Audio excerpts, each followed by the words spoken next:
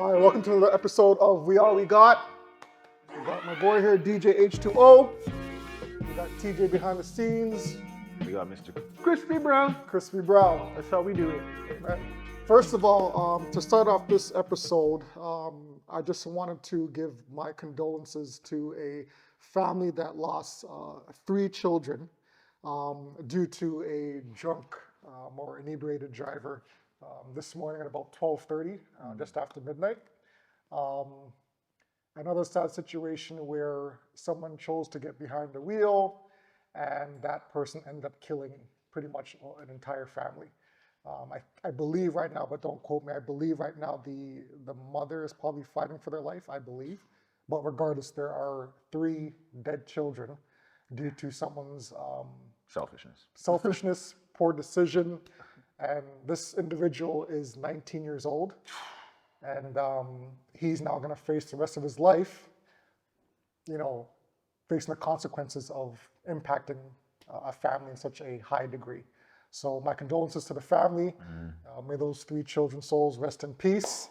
And with the start of the long weekend, we know a lot of people here are going to, go driving to the cottage, have fun with friends and family. Yep. But just be safe on the road. You know that the police are going to be out and just looking to ticket people, pull up, take your vehicle, take your license. So just make the smart decision. Don't drink and drive. Don't do drugs if you're going to think you're going to go behind the wheel, because it's not worth it. It's not worth it. So my condolences to the family. Yeah. Anything you want to add? Okay, so since we're going to be real and we're not going to be act like we're all perfect and we don't make our own mistakes and stuff like that. That's cap. We know this. Off camera, he says that he's perfect, so whatever. Anyways, maybe to you. Maybe to you. But obviously, we've all had a drink and have gone driving. So I'm not going to be dumb and expect people that there's no one's ever going to drink and drive. But know your limit.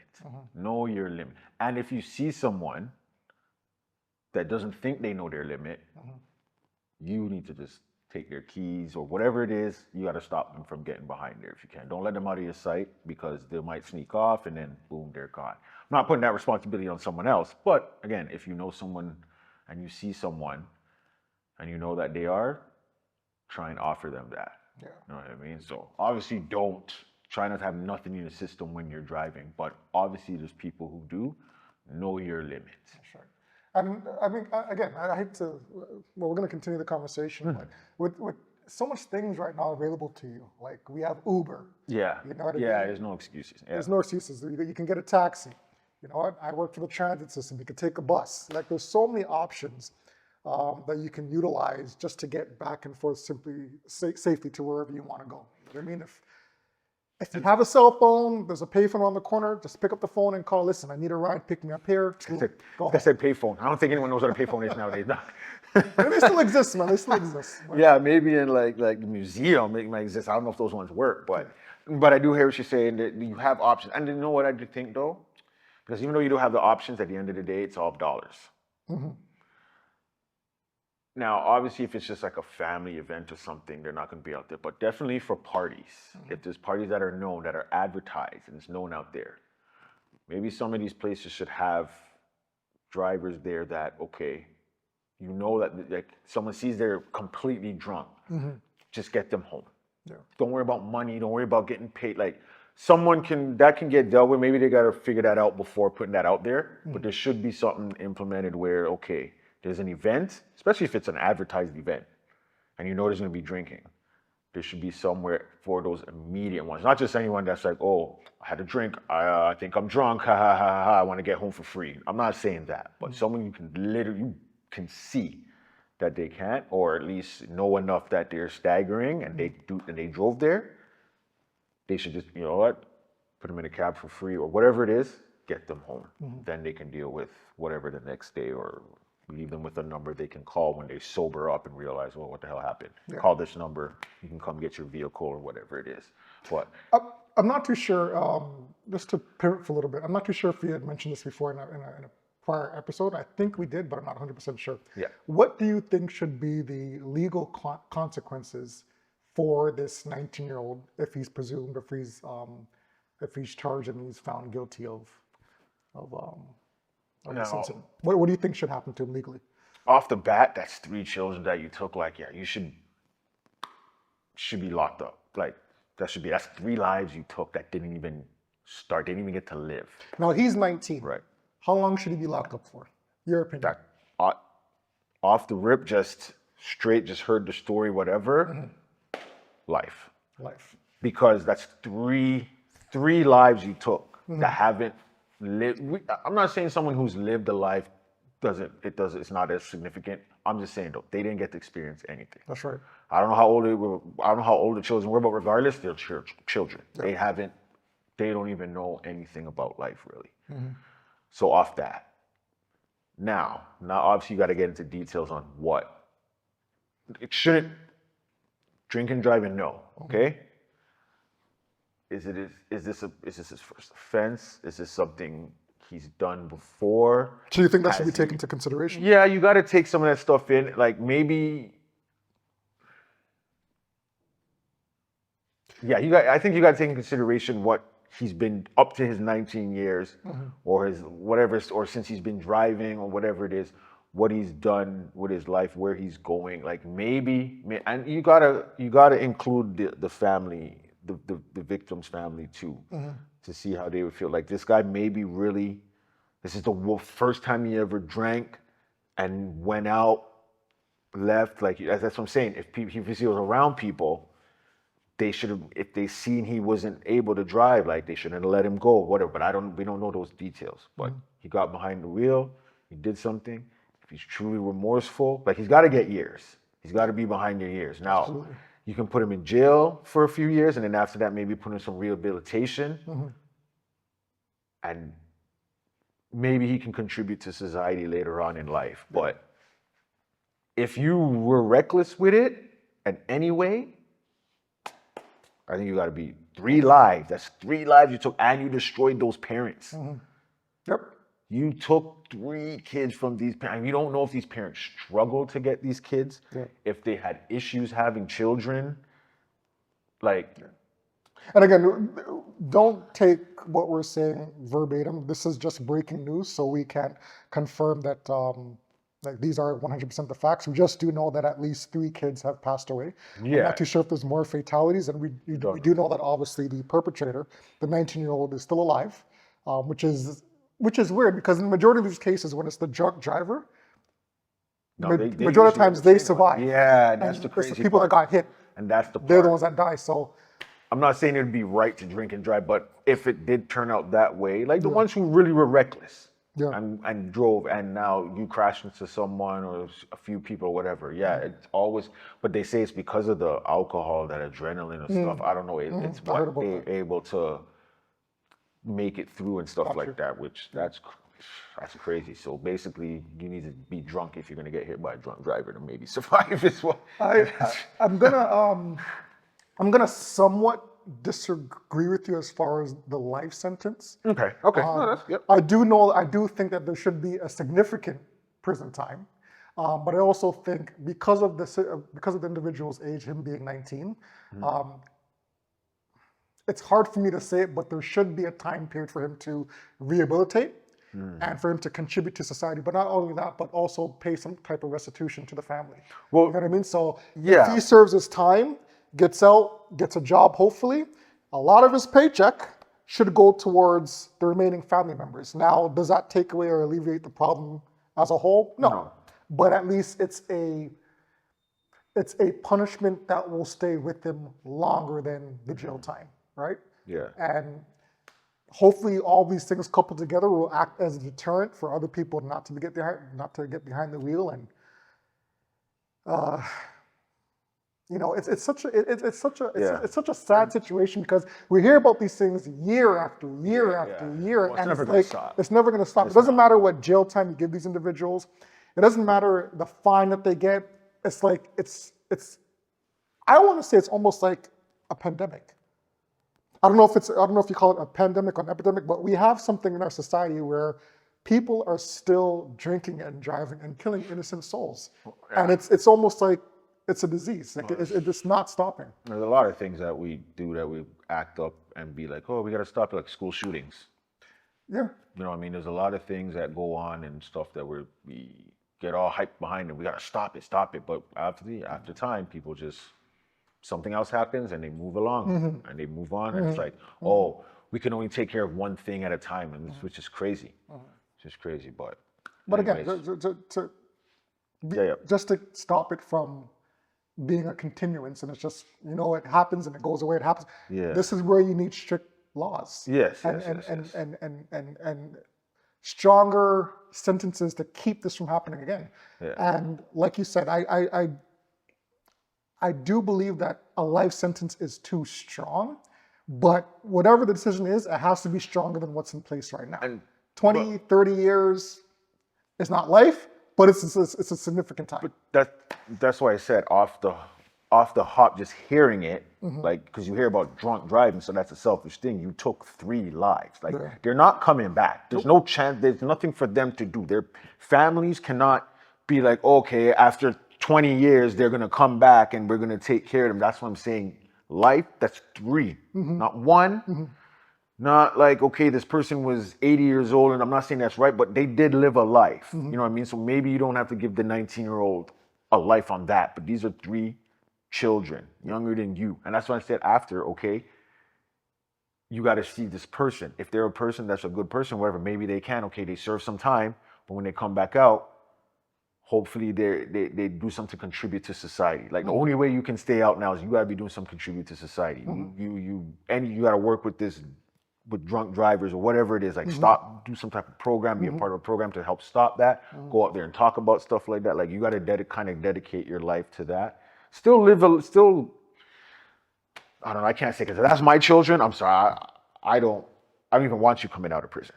Amen. I don't want to see you ever again in society, especially if I know you could have prevented this from happening. Yeah. But so you guys can continue the conversation, leave some topics, leave your opinions, and advice on how we can combat this ongoing thing that nobody seems to really get a grasp on and control. So yeah, continue the conversation later. All right. All right. You got any Mr. Topics? You got anything for us outside of the? Okay, so let's start off with the sports. All right, the NBA playoffs going on right now. Obviously, we just finished the second round. There's one more round left. Sorry, there's 2 more teams left in the second round playing. Those 2 teams playing today are the Denver Nuggets and the Oklahoma City Thunder. They're about to wrap up their series. But what I wanted to know from you, do you think we are officially entering a new generation of so-called superstars? So the LeBron James era is closing or pretty much done. The I want to say Luka, KD, Harden. Yeah, the Steph Curry. To me, he's still a superstar. I still think he has a couple more years left in him. But to see what Anthony Edwards did to Luka, LeBron, Curry, albeit injured. Unfortunately, KD's out right now. No Devin Booker. James Harden is out. The Clippers are out. No Paul George. No playoff P. With all these superstars absent in the playoffs this deep, and with all the uprising of the new superstars, so we got SGA, we got Anthony Edwards, right? Are we officially past the LeBron, Curry, KD era? Well, again, okay, I don't think we're past. Not yet? When I say it's transitioning, it's in a transition, because those guys aren't running the league like they were when they were the stars. They're still helping run the league, right? But along with the superstars coming up, right? Because they're still making playoffs. They're still being noise. Injuries are becoming a factor now, which, anyways, that's a whole different topic. Yeah. No, it's still within the realm. Because what I was gonna say was, everyone says how nowadays it's, these guys are more athletic and stronger and faster and better, but like, they're breaking down more than guys used to back in the day. How do you load manage, but you're still getting injured?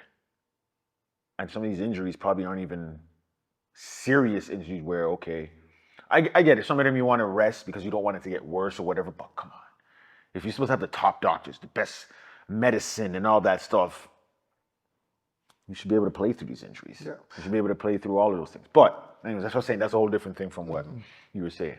But superstar wise, I think there is a transition right now. Like if you had 5 superstars, like we'll say, okay, say it's LeBron, KD, Curry.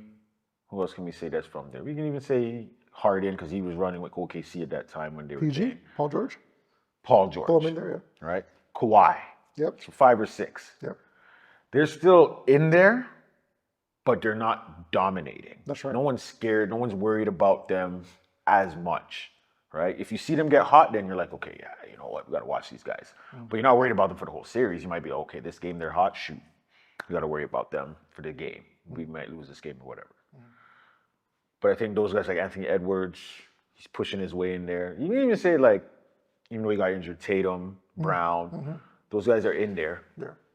Weaving their way in there. So it's a good mixture of early 2000s, mid 2000s to now. Yeah. And you still got those guys functioning and running together now, which is a good blend. It's a good switch, but yeah, I think it's in a transition now. Yeah. I don't think those guys are done, but they're not number one like they used to. Gotcha. Used to be, but they're still hanging around where they can. Maybe if they team up with one of the younger guys.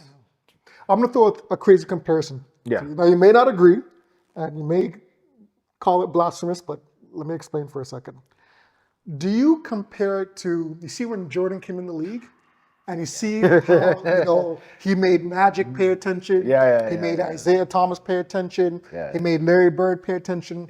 Do you see it similar to what's going on right now with Anthony Edwards and what he's doing? I think someone online said it. They're now comparing it to Anthony Edwards connecting Infinity Stones. Like he's just taking care of these all-stars one after the other, right? Okay. He's a legend killer. There we go. Now, do you think it's we're entering the same stage where Anthony Edwards is looking at these guys? Yo, you know what? This is my time now.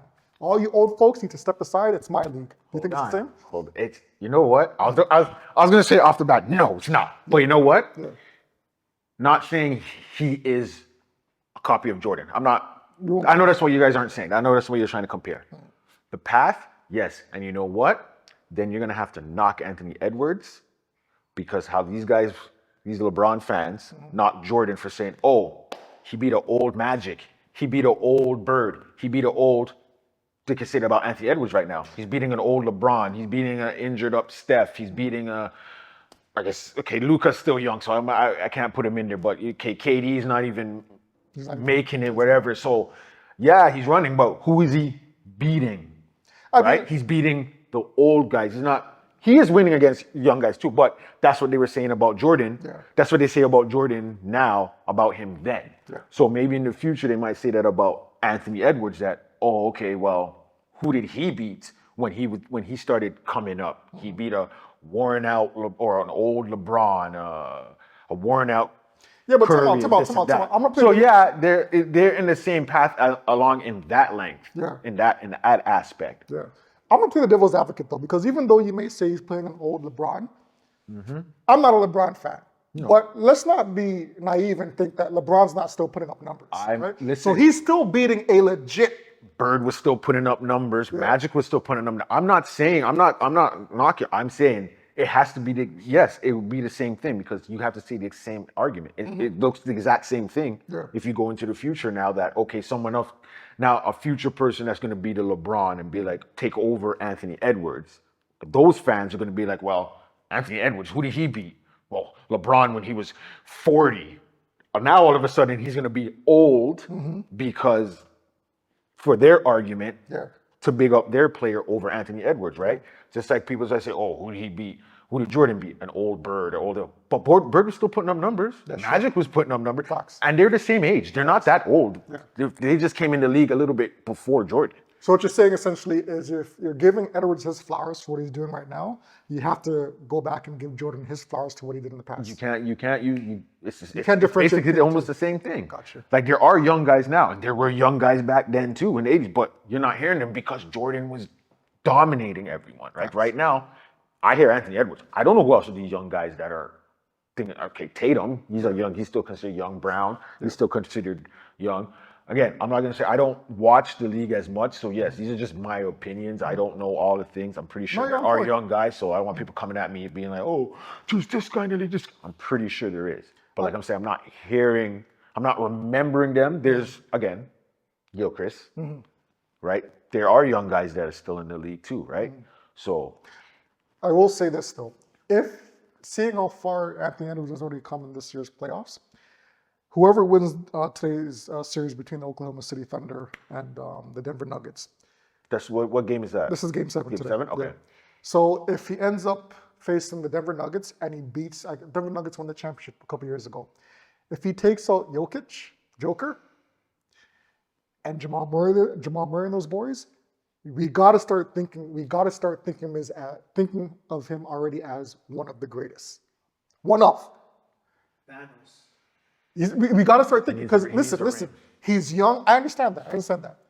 If he goes past this round, right, and he takes out either Joker and Murray from the Denver Nuggets, or if they play OKC and they eliminate them and he goes on to the finals to face, who is it going to be? Either New York, Boston now. or, but that's the thing well, now. Who you forget Boston. taking out? Who you taking out on the East? The East is weak, right? So No, the who East. is he really Give the East. I know, but who is he taking out in the East? That was like there was only two teams I think I really heard people Don't talk sleep on about. New York, yo. The Knicks they're are the Knicks, almost gone. Listen, the Knicks are good. No, I'm not saying the Knicks aren't good. I'm saying when they talked about the East before playoffs, or close to the end of play, the only two teams you're really hearing about was Boston and Cleveland. Cleveland's gone. Cleveland's gone. Whatever. And Boston looks like They're done. did they lose? Are they gone? They're gone. Knicks took them out, right? Knicks took them out. Okay, so now it's a free for all.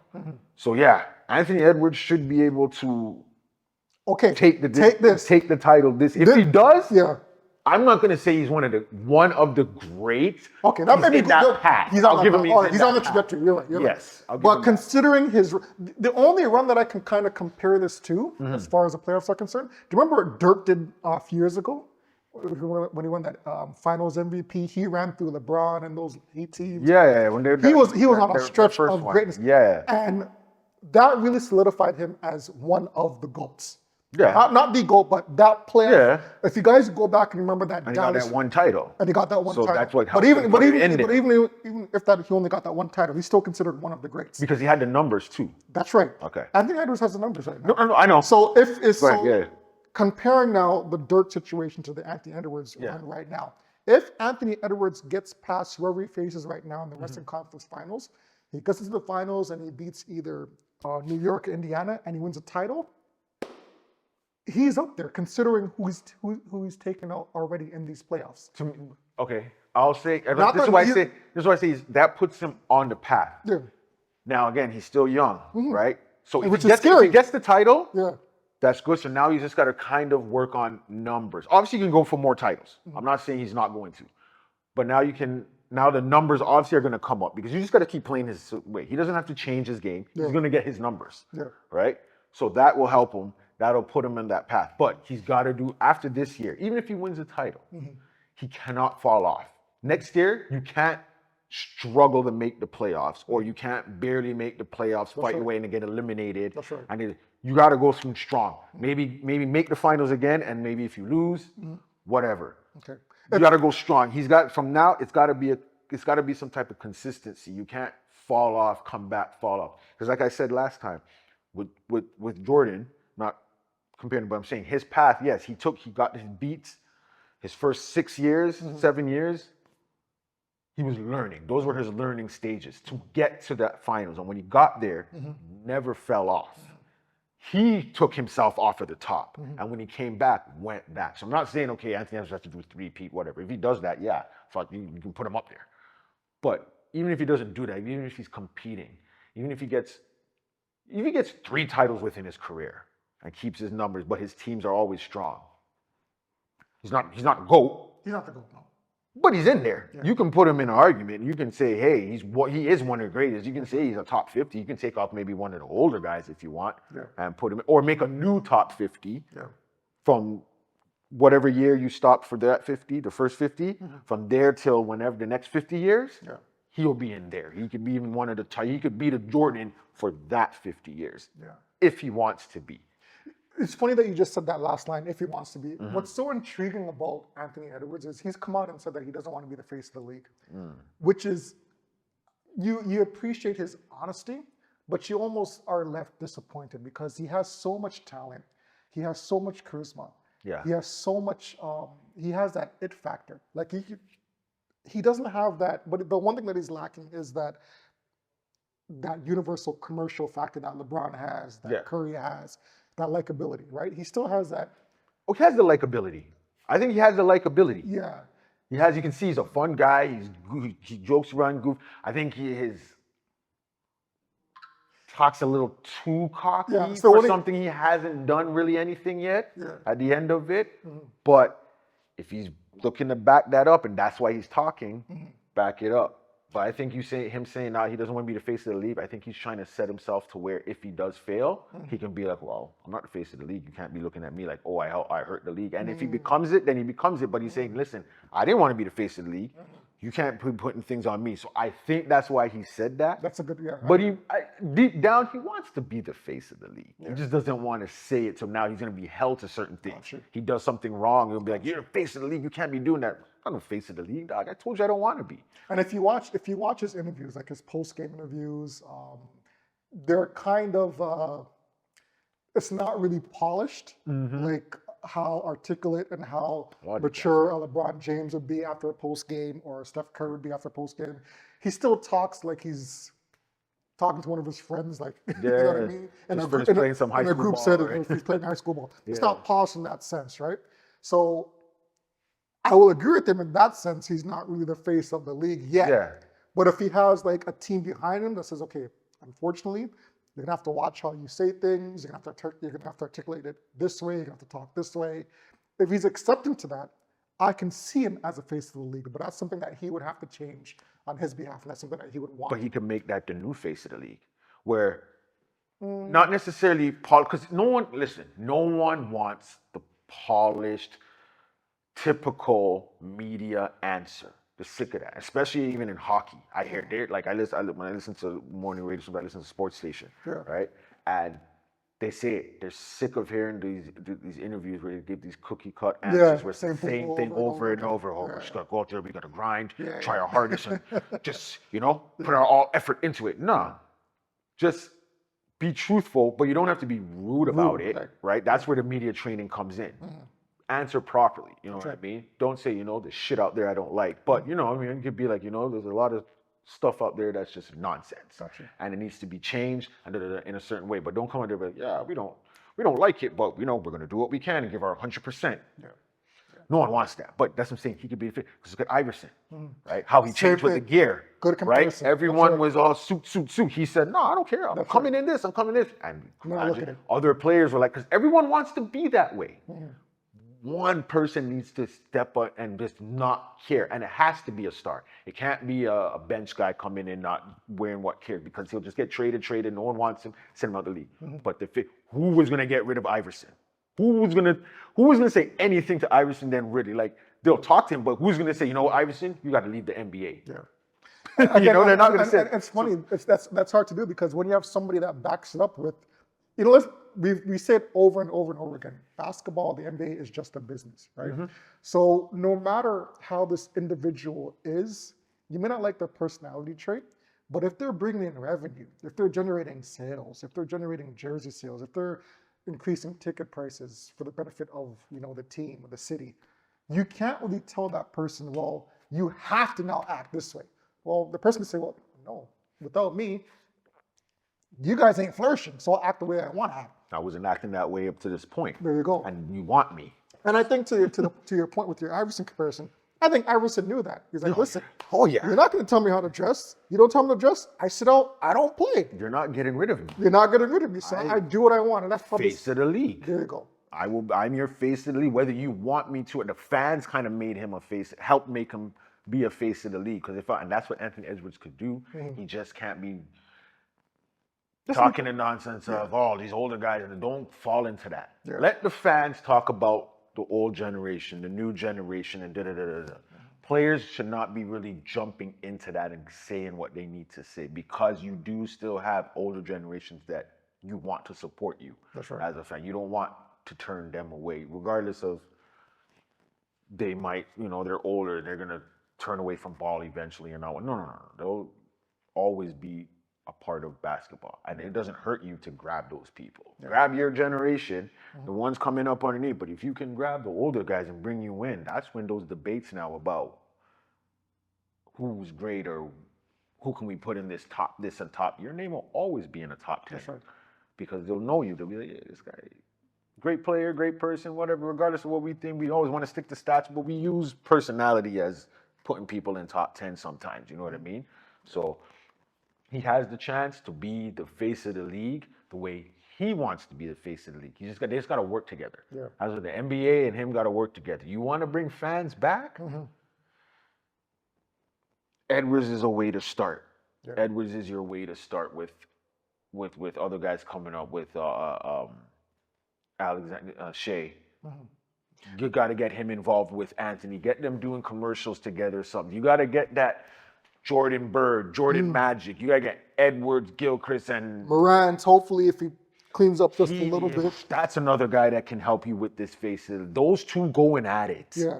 Morant and Edwards going at it with Shea involved a little bit. That third, that's your Jordan, Magic, and Bird right there. Yeah.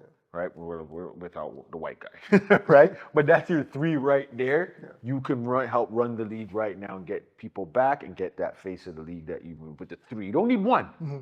Three is what you need now. It's no more one. That was our generation coming up. You could have 1, 2 guys, but now with the whole big threes and stuff, there's your big three for the league. Yeah. I do you think the league is oversaturated with making people be? There's too many superstars. Mm-hmm. Do you think so? Back in the day, like we just had Isaiah Thomas, we just had Larry Bird, we had Jordan, tiers. Dominique. We need to have tiers. Yeah. Do you think right now we're making the title superstars too prevalent to people that really don't deserve it? Case in example. I ain't gonna say it. I hate to say it, but Zion Williamson. He's not. He's not a superstar. He had that window. I don't even know if he's really. He had that window. Star, and he's a star by name, not by playing anywhere. Yet. Well, the anticipation was for him to be the next superstar, right? His first year, like he was dunking on people, injuries came about. Like I said, I think that window's now closed. But do you think that the word superstar is getting thrown out too much? Yes, we're looking for that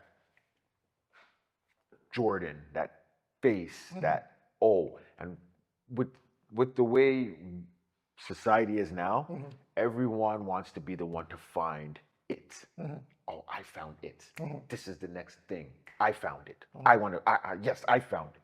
So that's why they keep, when someone just does, which is really kind of a one good season, which is mediocre overall, we're ready to be like, that's the next superstar. He's the next super, because they want to be the one to discover them before they blow up to be I told you that person. Right, I told you about this person. Yeah. That's what it is nowadays. It's not even about the person being the star. It's who discovered this person. Gotcha. Right? Everyone wants to be, and that's why a lot of misinformation gets put out there about news and different things, because that news wants to be the first one to get it out there. Ooh, we got it out there first, because everyone can plop anything out there. Right? Yeah. Anyone can do that. So I do think it is a little oversaturated. We try to make too many people stars. We're not letting them develop into becoming a star, and then saying, oh, okay, this person could be a star. This person, you're not. LeBron's not happening, guys. It's not happening again for a while. I know we want to force it, but it's not. Why did LeBron happen? Because everyone's looking for a Jordan. Penny came out. Kobe. Yeah. Stackhouse. There was even Vince at one point was everyone was reaching for that, and we were saying no one's going to be the next Jordan. You got to let them be them. That's right. Right. And a lot of those players, the players that you just mentioned, actually didn't want that moniker or that comparison to Jordan. No one wants that. Jordan wanted that. It's what you pinpoint. You hit the nail on the coffin. It's what the media and what other people are portraying that person to be. And that person may not listen. I have the confidence. I know I'm good. Yeah. But I don't want to be the next Jordan. I just want to be me. I want to be your next superstar. I want to take and continue. I want to continue That's right. what the past star did for you guys, but put maybe my own twist on it and maybe change it a little bit and let it go this way, right? So that's what I'm saying, that we keep looking for the next this when it's like, okay, just look for the next superstar. That's fine, but let them be their own person. You got guys now that can do it. You got those guys, right? You got the like you said, Edwards. I say those. You know what? I think those are your three right now. Yes, okay, there's Jokic, but really, his style, you're not marketing that as a face of the league. He's like a Tim Duncan. He's a Sabonis. His movements, he's a little bit quicker, but remember Sabonis, Portland. Remember he was like the oldest rookie, right? His was this. You're not gonna market him as, but we all knew about him. Everyone knew about Sabonis. You'd want him on your team. He can play. That's kind of what Jokic is, but obviously a better scorer, and he's putting up more triple doubles than that guy ever did, right? Yeah. But that's the style he had. But you're not gonna market him as your superstar. But he's still a star in the league. You can still. That's what I'm saying. You need tiers. Yeah. I mean, at the end of the day, it's still a highlight league. You know what I mean? Like, it is a highlight. So he's gonna give you your highlights. If you ain't dunking, if you ain't, crossing up people, if you're not jacking up threes and hitting them consistently, like you're not really marketable. It's sad to say that, but it's a highlight league. You know, you can still be marketed, but don't market them as your top. That's what I'm saying. He could be marketed as your tier 2 of guys, right? Your tier 1 got to be at the most 5, and I think that's even a lot. 3. I think you need 3. 5 seems to be a lot, right? Yeah. You need 3. Right? Those other 2 will be your leaders of the second tier. Got you. Who's going to be next to step into the top tier when these guys leave, or a couple of these guys, or one of those guys step into the next tier. That's what you need. And then you have your tier 3, 4, 5, which is kind of like your starters, right? Like a starting lineup, right? You have your top, your second, third. But what now I feel the league is doing is they're trying to just push everyone up quick. And get everyone up there because they feel like, oh, if everyone's a starter, everyone's going to watch because everyone has one person they can look to and be like, oh, this is my star. I'm going to watch for him. But I think that hurts because everyone's just going to watch that one person. Adam Silver, listen, you need to hire this man to get on your team. He knows what he's talking about. I'm not an expert, but I'm just saying, from a fan perspective, an outsider perspective, an old head, this is what I'm saying. I'm not trying to say the league. I don't even have to say that the league, I'm not going to say it sucks, but it's not as great as it used to be, right? As I said, the viewership is down. Everyone wants to say, oh, we have all these these guys now are better, and back then there was plumbers in there, but those plumbers were bringing in ratings. Ratings were being brought in. There's no way ratings should be down. I know people say, oh, there's a lot of options to watch and this and that, and you got streaming and this and that, but if your product is great, they will watch it. Absolutely. It doesn't matter. You can have all of these streaming services. You have how many streaming services do you have? There's plenty of them. Who are you got like top 3. Who are your top? Netflix. You're not knocking Netflix off until Netflix is ready to be knocked off. And let's not right. Disney is up there to me. Amazon, and you got Crave. Right. You might have 4 or 5 that are top. Right. That are up there. Netflix is there as well. They're actually starting to enter the business of streaming sports events. They did that with boxing. They got wrestling. Yeah, they got the wrestling. Boxing. Yep. And it's beautiful what they did with the wrestling too, because I'm a wrestling fan, and they got all. You can go in there. They have. Hold on, you have to say, are you a wrestling fan or a wrestling fan? I know that there's a wrestling. Well, I was a wrestling fan, but I'm a wrestling old school fan. I don't really watch it now. I don't watch it now, right? So I'm that raw new attitude era. We know who era that is, right? But you can watch all of the WrestleManias. From the first to now, and you can watch all of the Survivor Series, all of them. It's wicked that Netflix did that because it was used to be on demand, and you have to pay for that. And then I'm paying for this, but now I'm paying for other stuff, and I got to rush to watch this and this and that.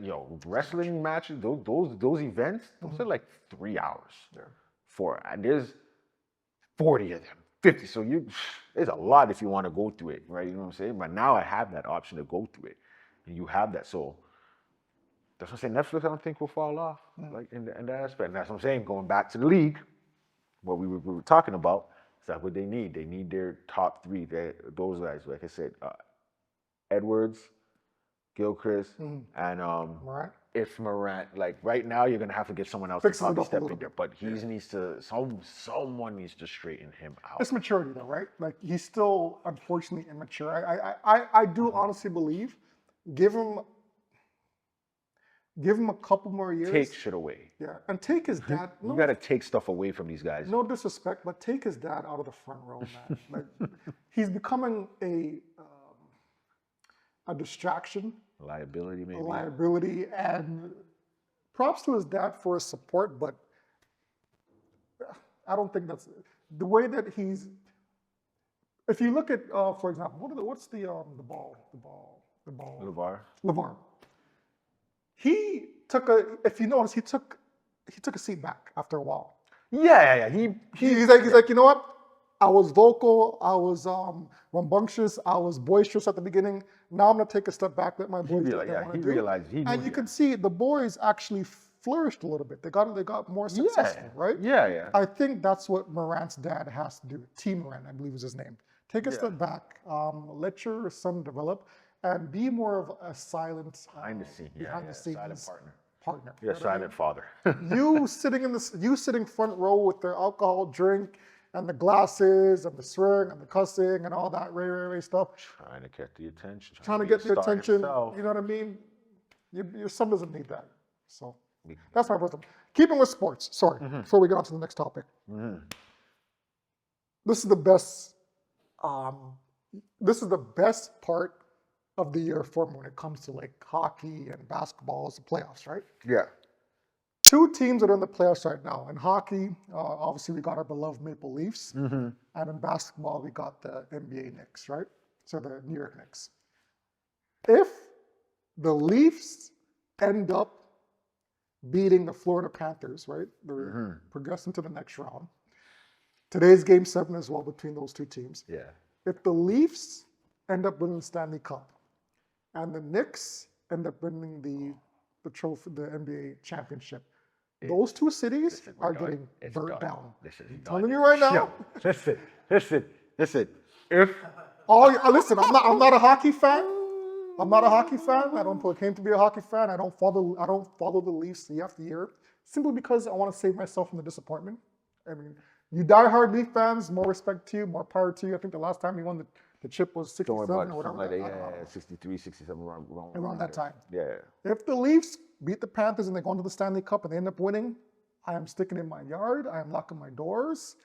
I am bunkering down. You're not going to see me on the streets. And in New York, these guys. Listen, I'll fear New York even more because this is just playoff rounds and look what they're doing. Man got beat up. If you go online and see how the New York fans went to the streets after just finishing off the Boston Celtics, they didn't even win the championship. Hold on. They didn't even win the Eastern Conference Championship yet. They still have to pay the Indiana Pacers. So they're not even in the NBA Finals yet. These fans went berserk. Yeah. Remember off of just beating the Boston Celtics. Remember, wasn't it a couple years ago with Trae Young? And they knocked out, they won one round, and these guys went off on that. I'm saying, if the Knicks win, New York, I'll pray for you. You know what? If the Leafs win, I'm hoping that the Leafs win. Oh, because I don't want to hear nothing ever. But me and you, we're sticking in our yards. We ain't going out. We got family. I'll just go on my balcony. That's as far as I'll go. I'll go on my balcony and watch. But you know what? That's funny that you brought it up because I thought about that the other day. I'm like, yo. Because I was looking at him, seeing if the Knicks win the title this year, New York is gonna think, man, that'll be big. But if the Leafs turn around and do you think it'll be a bigger accomplishment just because of the amount of years that they've been fighting to get even to the finals. Remember, Knicks have been to the finals. Ever since whatever. They got in the finals in 9 when they lost to Houston. They've been close. You know what I mean? So they at least got there. Remember, the whole thing was just at least getting out of the first round. Which they did. Now it seems like, which I'm hoping, if they can beat Florida now. And Florida's the last year's winning champion. It won't be a second round thing now because now it's going to seem like, now we can't get out the second round. Now we're going to have to go, 60 years before you get out of the second round? Another 60 for the third, and then another 60 before you get there, and then another 60. It'll never happen in anyone's lifetime. I'm going to throw you. if they can get through and they can go all the way, like win it, even if they sniff the final, it'll hurt. Yeah. It'll hurt if they get in a cup and can't win it Yeah. because of how long it's took for them just to get there. Yeah. But they could win it. I don't know this portion of New York, Toronto. Yeah. I don't know, summertime, And and we cross over and visit each other, and and it's different sports, so it's not even like you can be like, oh, we beat you in there. No, ball on one side, yeah. hockey on another side. Yeah. Hockey is Canada thing. Yeah. Ball is an American. That can bring us together, eh? Could you imagine if the both win at the same time? That would be a sick party to have. That'd be a crazy. That championship party with Toronto and New York, celebrating their team's win in their respective sports. What you're dominant for. Canada with hockey, ball with the States. Because they say New York is the mecca of basketball, right? So and Toronto's supposed to be a mecca, of hockey. There too. you go. Both meccas winning in the same year. Oh, that's crazy. My God, we might need this to bring unity, folks. we need to channel our energy. You know what? Let's go Leafs. Okay. I got a question for you, though. So, even though we're more basketball fans than hockey, we have to concede that if the Leafs win the Stanley Cup, this would be a bigger celebration and a bigger accomplishment, even more than the Raptors winning theirs. Yeah. Agree? If that's the case, question for you: if the Leafs win the Cup, should there be at least like a 3-day holiday? You know what I mean? Should there be like some days off? What do you think? Remember, we've been living for this time. Like we've been waiting. Well, yes not me personally, but the yes city. Yes and no, because no, it's not your first title. It's kind of a like a. I don't know if you put too much into it, then it's almost like a sad thing because it's like it's kind of a. We're trying to work for the man. Come on, listen. I know what you're saying. Honestly, no. For the blue collar, we should have gotten one for the Raptors. We got a day for the Raptors, and then at least do it. Yeah, this should be at least a Friday holiday every year, so you get a 3-day weekend. If they don't want to give us 3 days, because money wise, they ain't trying to mess up their economy money. But if you attach make a Friday. Go in there and make it a long weekend, or you can give us a Friday and Monday somewhere, where there's no even in June, because I know holidays are usually put in months that don't have, right? They try to give one holiday each month. So June, okay, Canada Day. You can attach it along Canada Day, make Canada week. Listen. I know, but there's other teams. We have to do it for Toronto. We can't do it for Canada because Canada has their own teams. That's true. So for hockey-wise, we got to stick for Toronto. So for Toronto, we should it should be a long weekend. Or July, there should be some type of celebration, like a 3-day celebration or something like that. GTA Mayor Mississauga. Mayor Brampton, Patrick Brown. You want to keep Olivia your Chow. position. You guys come together. For the next vote. Whenever that happens. Come together, make a decision. That will make you win. If the Leafs win, we need some type of holiday. We need a holiday. Run on that platform. Yeah. You make any type of holiday pertaining to that, you're going to get people's votes. It don't matter what else you want to say. Right. But go Leafs go. Good luck today. Game 7. All right. What do we got up next? All right. So get into the music. Doing our list because we love to do lists. We say top 10, but I'd like to do 5 to 10 because I know some people may not be able to come up with 10 of their own or whatever, but at least 5 songs you can come up with. But we do 5 to 10 songs that describe you, right? So anything about the song describes you. It could be a line in the song and say, hey, yeah, that's me. It could just be it can kind of just be the song, but it fulfills a moment in your life kind of thing. Gotcha. So, for me, let's see. We're gonna go back and forth. You want to do this back and forth? Okay. So I'll let you go first. Make it interesting. Yeah. So for me, I wouldn't want to pertain it down to the songs that they made, but rather than as a group what they brought to the genre. So anything basically done by Outkast, right? All their songs, they brought like a different,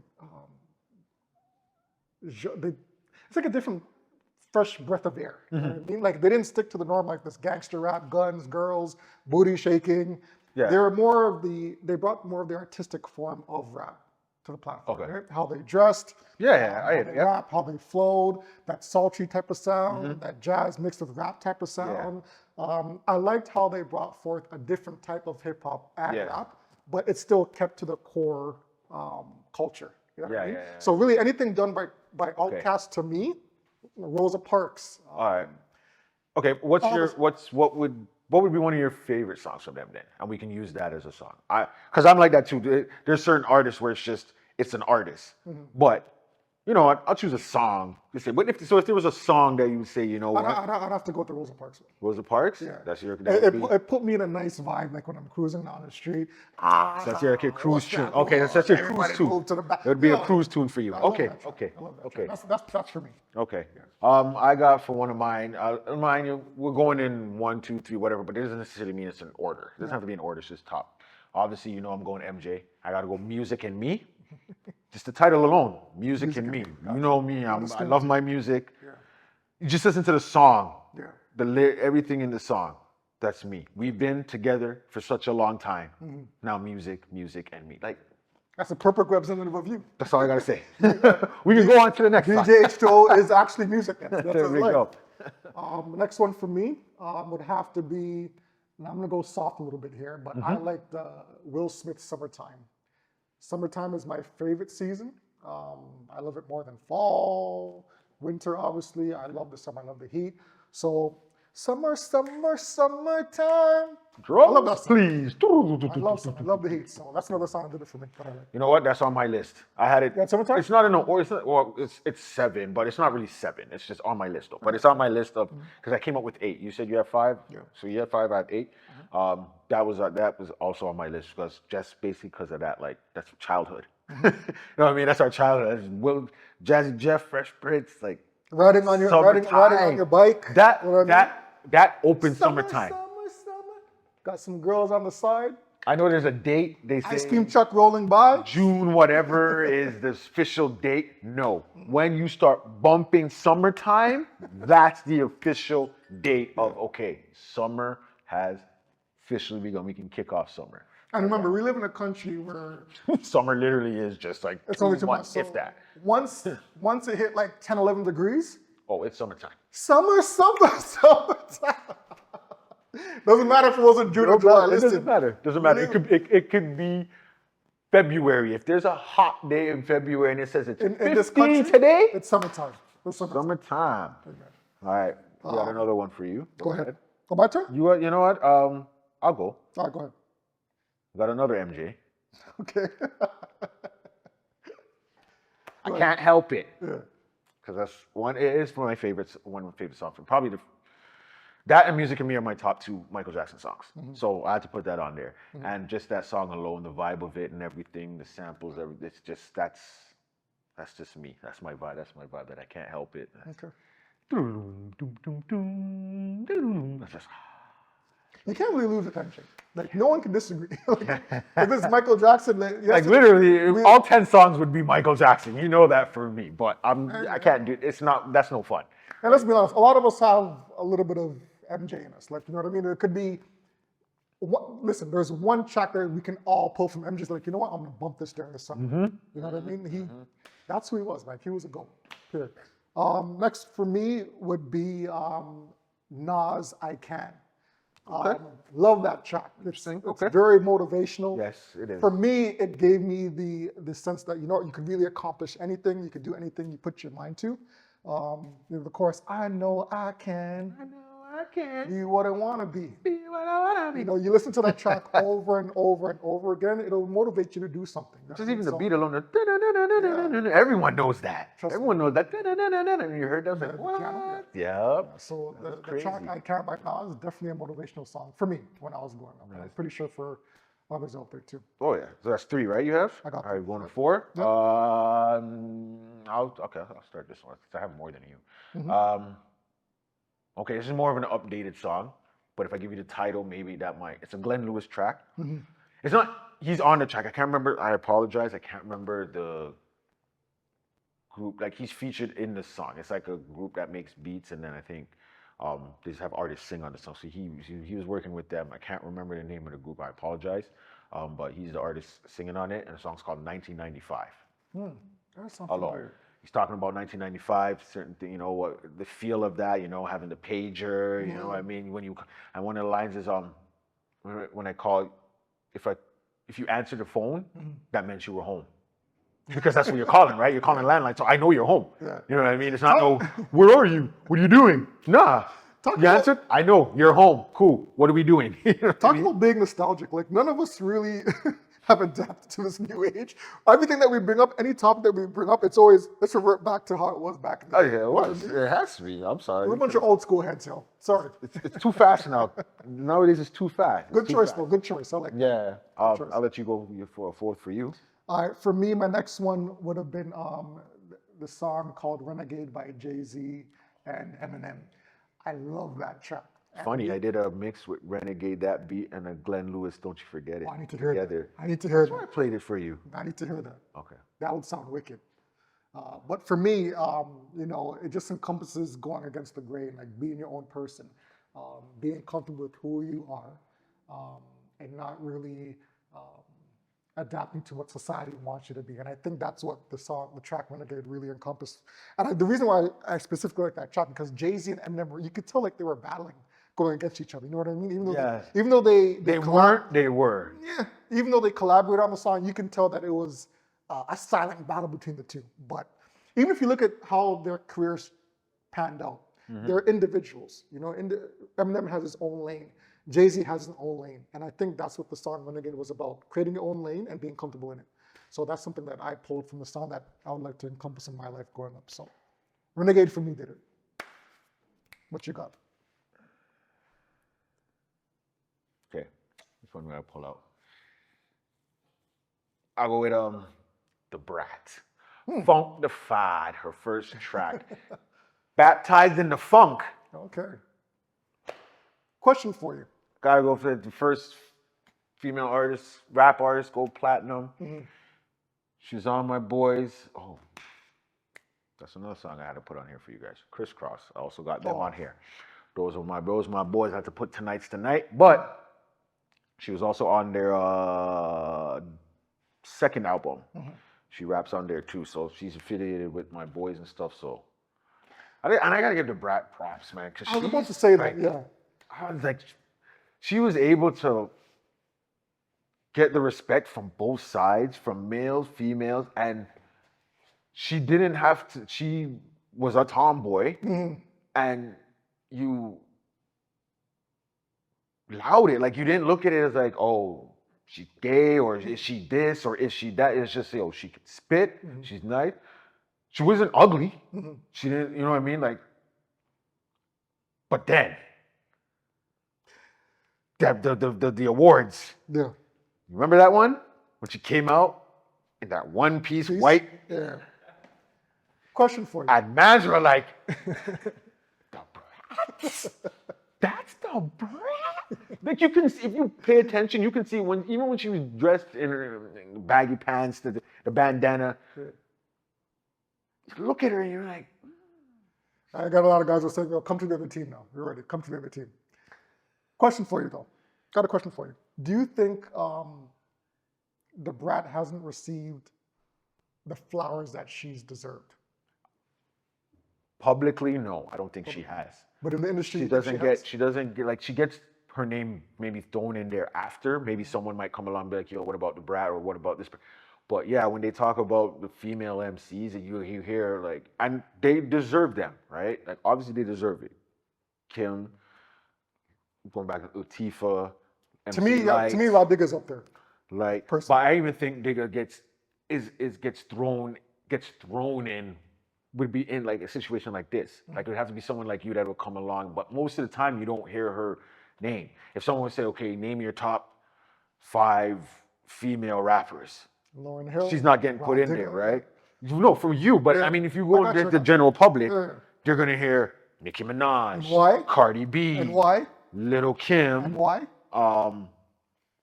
Because how they showcase themselves, you know what I mean? And they were promoted more. like you can say, if you go to older heads, maybe, you know, you'll say MC Light, Queen Latifah, Salt and Pepper. Mm-hmm. And Queen Latifah wasn't the thing either, right? But as I said, I think the Brat's name should be, as you're saying, she should be put in there. Digga Mm-hmm. should be put in there because Digga was nice, and she didn't market herself as sexy, but you saw a little bit of it in her. Mm-hmm.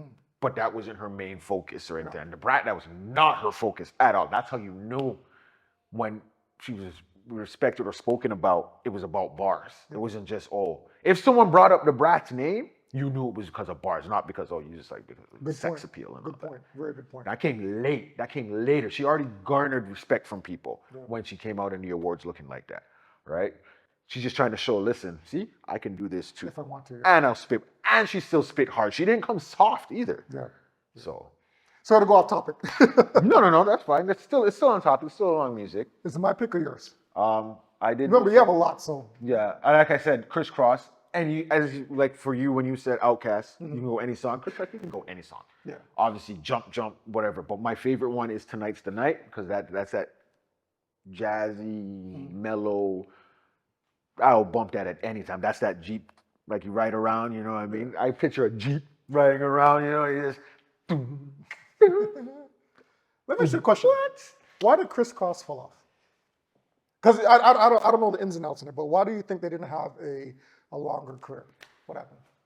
People weren't. I think it was the kid thing. I think there might have been a transitioning happening with the kind of raps that they had. There wasn't. Do you think it was because they were kids, they were limited? They were growing because when they came out, they were what, 12, 13. So yeah, they were limited to what they can rap about. Yes and no, because remember they didn't write there. JD was writing the raps. They talked about what happened in the hood and stuff, but they didn't talk like they were the gangbangers. This is what they see, right? They have a song called Boys in the Hood that's talking about what's going on and what they see. So they have a song called It's a Shame that it explains what goes on in the hood, what they see, and all that stuff. So I honestly, I don't know. I think it might have just been a transitioning of the certain artists coming in, right? And maybe there was the gang that gangster era was coming in, and they weren't gangster. Okay. So that kind of fell off a little bit. With their third album, they what's it called? Young, Rich, and Dangerous. There was a little more of a. You're like an encyclopedia. Of a little bit of a gangster feel, or like a mafia type style. Because even one of the videos, they had the fedora, had the black and white, the casino type. They had that stuff, so they were kind of doing that. But at that point, that's the same album that has Tonight's the Night on it. At that point, they weren't they weren't known as, they weren't looked at any really that big. Like you were fans knew their shit, fans knew their stuff. I knew about it, whatever. So they kind of went that route, and then probably just life. Like they were just probably didn't want to be in the music no more, or life is just happening and stuff like that. But like I said, that's my number one all-time group, duo, whatever you want to say. It's them, and then it's the Locks for groups and stuff like that. And I'm gonna put this out there on my bucket list. I want to interview Chris Smith, the remaining member of Crisscross. I want to do an interview with him somehow, some way. TJ, awesome. Make it happen. I'm not saying he has to make it. He's already on the phone. Okay. He's already on the phone. I got him. I got those ATL connections. He looked at him and said, yeah, I got you. No, but yeah. Okay. Throw Rihanna and Beyonce in there too. So we had 4 songs, right? We did? Yeah. So far, okay. One more for me?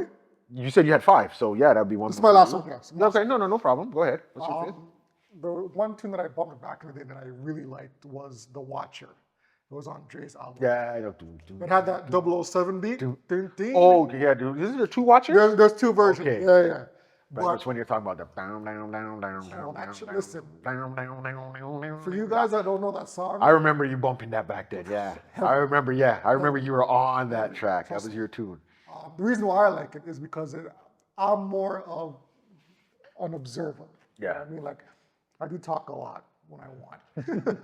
I do write a lot when I want. But for the majority of the part, even when I'm at work, at my day job, I watch and I see what's going on around me. I like to observe my surroundings. I like to see how people move. And I think that's what the watcher kind of encompasses, what Dre sees as he watches the rap game and the world evolve around him. He's like to see what's going on, and he adapts accordingly. So to me, that song stuck out for me. And the beat's tough, so the watcher, Dre. Okay. That's it for me, bro. That's right. Yeah, I think I gave you the 5, which I said Music and Me, Tonight's the Night, I Can't Help It, 1995, Funkified. Now, okay, I actually gave you more. I said Summertime was on there, so that gave 6. So I have 2 more to give you. So this one, this one goes back to my first celebrity crush. When I was a little youngin', you know, and I saw this fair-skinned, beautiful-looking lady. I just wanted to make her forever my girl, and I knew we had opposites attract. And then later on in life, she became a judge. And people thought she was crazy, but I don't care. I still love her. A judge. My girl forever, Paula Abdul. Oh my gosh. Paula Abdul, really? Forever. That was my first crush back in the day, dog. I don't like making fun of people's physicality, but I couldn't get past the kind of bobblehead that she had. Yeah, but you're talking about now. That's later. No, back in then, who do you think she was giving dance routines to? She was a Laker girl, eh? Remember that? Wasn't she on? Correct me if I'm wrong, but didn't she do? Choreographed for Janet. Wasn't she? Didn't she do a stint on In Living Color? Maybe. That's J-Lo. No, J-Lo but was in Living Color. are you Paula sure Abdul, I those- just think did a stint on Living Color. No. J-Lo came from Living Color. But Yeah, Paula Abdul's a goat. She's a goat. Paula Abdul, that was my girl. So that describes me as in my first crush. So I'd have to put her on there because that was it. And then I moved on to then she crushed my heart by marrying was it Emilio Estevez. I told her, don't do it. You're not gonna be happy. You punk Emilio, we're coming for you. I told you and they ended eventually. I already moved on. I told her, I'm sorry, baby. I had to move on. I had to move on to my other. I'm pretty sure she thinks about you though. One day. Check Want to your- interview there too. That's interview check- number 2. I got you, Paula. Check your Emerson and your Yahoo email. She probably sent you a DM. Hey man, hey, listen. When people were saying, "Oh, she looks crazy, she's acting crazy," that was just even more of an invite for me. That turned me on even more. I want that crazy Paula. Okay, well, I don't know what was in that can that she was drinking, but hey, keep drinking it, baby. And the last one, well, this is kind of a trio. So it's Just a Second by Choclair, Get At Me Dog DMX, and Still Not a Player, Big Pun, the remix one with Joe on it. Okay. Why? Because those were the first 3 records that I bought myself. They weren't my dad's, they weren't my cousin's. I went to the record store with my cousin, I think at the time. He bought his, and then I said, you know what, let me start making my own collection. And those were the 3 that I first ever bought, and I would mix back and forth with them and have my fun with that, blah, blah, blah. You know what I always want to ask you? Those are my 8 songs that describe me. There's more. But You know what I want to ask you? yeah. If you were to pick, I know we would say one album, but if you were to pick one album that you would want to leave your mark on, like you would remix it from start to finish. Like a whole album, or you just mean a song? Yeah. No, the whole album. The whole album. So almost like what, I hate to bring the man's name up right now, but if you were like gonna Diddy. Like a Diddy remix album, or even JD did that, a remix album. Cool, Yes, cool. I hear you. If you were to remix a whole album to your likeness, what would it be? See, it's a tough question because that would mean, okay, I get what you're saying. Okay, because I already like the album, Yeah, so you it wouldn't like be the me album. changing it to what You I change like. it, But I yeah. get what you're saying. I like it, but let me put my twist on That's it. right. That's right. And you know me, I got. I'll avoid it. You all know what I'm gonna say. That one album I have to do Off the Wall. Anything that comes with album will be an Off the Wall. But let me be different and choose another album. Shoot, that's actually a good one. We could come back to it. Yeah, I might have to come back. Okay, we'll come back to that one. Just because Off the Wall, like I love what it is, and I would just love to. I'll put tell you this. a twist with hip hop beats. Knowing you, that would be fire. Switch to That would acapellas be with different fire. beats. Yeah, That would be fire. I would love to do that. That would be fire. That'd be fire. All right, is that it for music? Or we got something else? I think, yeah. Yeah. On my end, I got another question after, but if you got a Okay. hot one. Do you got anything for music or no? Oh, I found the track that I can play you the mix that I was telling you about. Okay. Hold on. It should be here. Let me get to my library thingy majiggy. So I do have another music type of topic, but it's also tied into relationship wise. So we'll see where we can go with that when you're ready.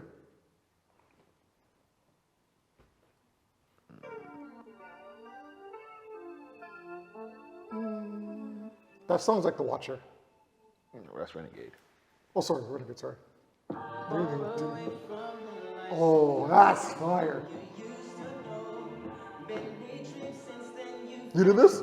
It's a long time since we were living in a building.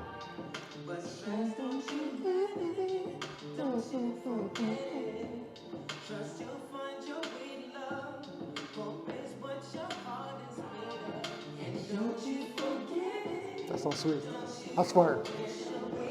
You need to come up with another mixtape, bro. I know. No, you need to come up with an ASAP. You need to come up with one by the end of this week. I don't even have. You need to promote that on the next one. I'm trying to. No, not trying, yo. Well, the game misses, yo. You need to come up with something right away. Oh, we need. I know. We need a summertime DJ H2O flow. I'm seeing all these like the TikTok DJs doing the remixes, this and that. I'm Listen, like, you guys. I need to get in there. You guys couldn't hold. I need to get myself back in there, man. I came up too early. I came out too early. That one right in front of you. I came out too early. All you TikTokers, you guys couldn't hold a candle to this man right here. Too early. I came out too early. If he I need to be younger. If he ever enters the game back, this will be like Undertaker coming and taking up all these old ass wrestlers. I'm a mixed DJ. I'm not a scratch guy. Whatever. The game needs you. All right. All right. Music wise, this one really isn't solely on music, but it's also tied into your relationship, right?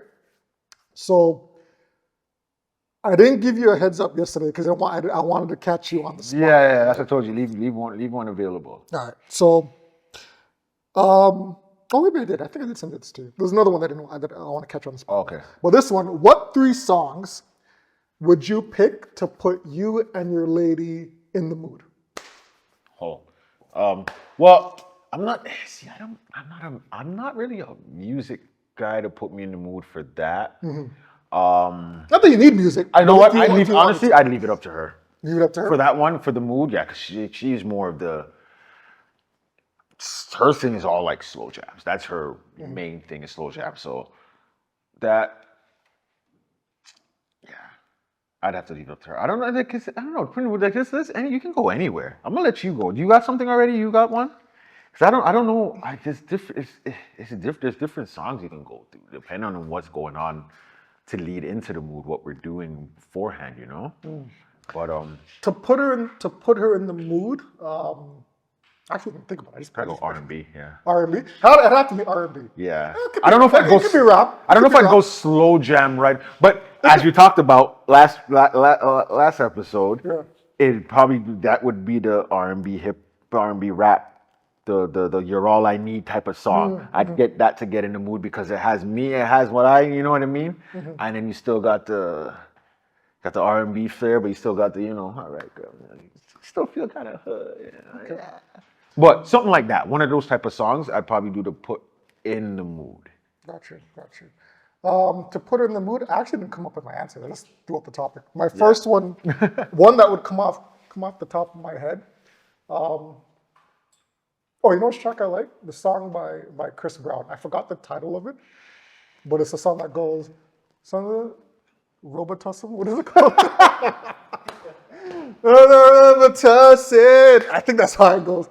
I don't know where it's gonna be right now. That's stomach medicine, yo. Whatever it is. You guys know what song I'm talking about. Yeah, you Chris Brown fans would know. I don't know. You know what? Another good one by Chris Brown is Heat. I'm not sure you guys know that song. I'll take that one to get her in the mood. I'll let her deal with the mood. I got other things for the mood. Another one. Now this is my favorite. Let me move this across. This is my favorite. What are you gonna do? This is my favorite. No. This is my favorite. Another one to get in the mood. This MC Hammer. Too legit This? to quit. Yes. Yo, I'm gonna let coming. him I'm know. coming in the bathroom. I'm coming in the room like this. Too legit. Too legit to quit. Bam, bam. Too legit. Too legit. Yo, Hey, hey. that describes the. I mean, there you go. You're letting her know. When you're ready for a recession, you put in "Too Legit to Quit" by MC Hammer. This guy said, I'm going to let her know. Let her know. We're Yeah, lasting. we ain't quit. We lost We're it. lasting. Okay, that's just to put her in the mood.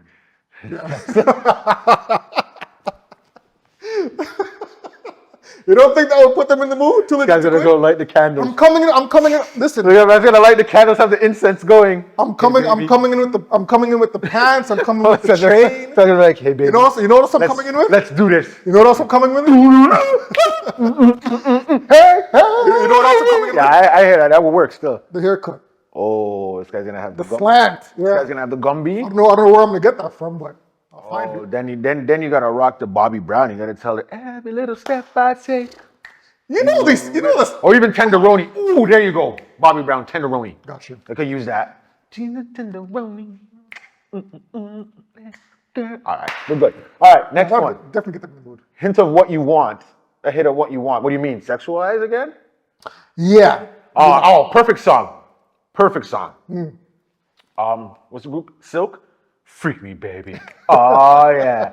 Let me lay you up and down till you say stop. There you go. Hint of what you want. I don't know how much more of a hint you want. Okay. Or Aquanelli, put it in your mouth. You can play both of them, and you're both satisfied. One get licked, one gets sucked. There you go. I got you. That's how I look at it. There's another. Along those lines. This just came to the top of my brain too. And no pun intended. When I said top of my brain, but the song by Luda. I was getting Getting. That's a hint too. I was That's a hint. Yeah. Now make a slap in the face. Or even his. What's your fantasy? That's another good one. Here you go. There's a ton of There's songs a ton of them. to hint what you want. Some just blatant. It's not even a hint. It's just blatant. Some of them. And for females, like, what would you guys think? Like, give us your input. I mean, from a female's perspective. But the silk would work, right? Let me. You know what? I'm saying to the female, let me lick you up. So the girls can play that too. You know what I mean? know what's They really a can good play one, too? any Kim song. Good choice. You know what a good one too? Midnight Special.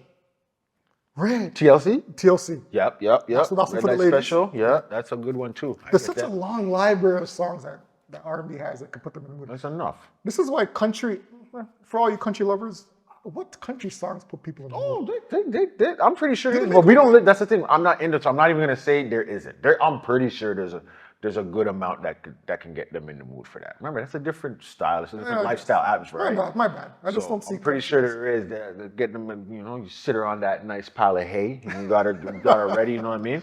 Yo, the barn door is open still. All right. Best describes your romantic session. I don't know. Describe the session. I don't know. Might have to play some jigger. Doom, doom, get your hands up. 6 a.m. I'll be kicking her out. There's a session. You know what I'm saying? Describe the session. I don't know.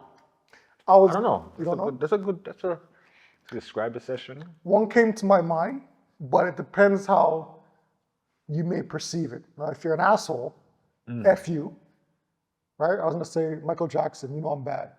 Okay. You know what I mean? Yeah, your butt is mine. It was. It was mine.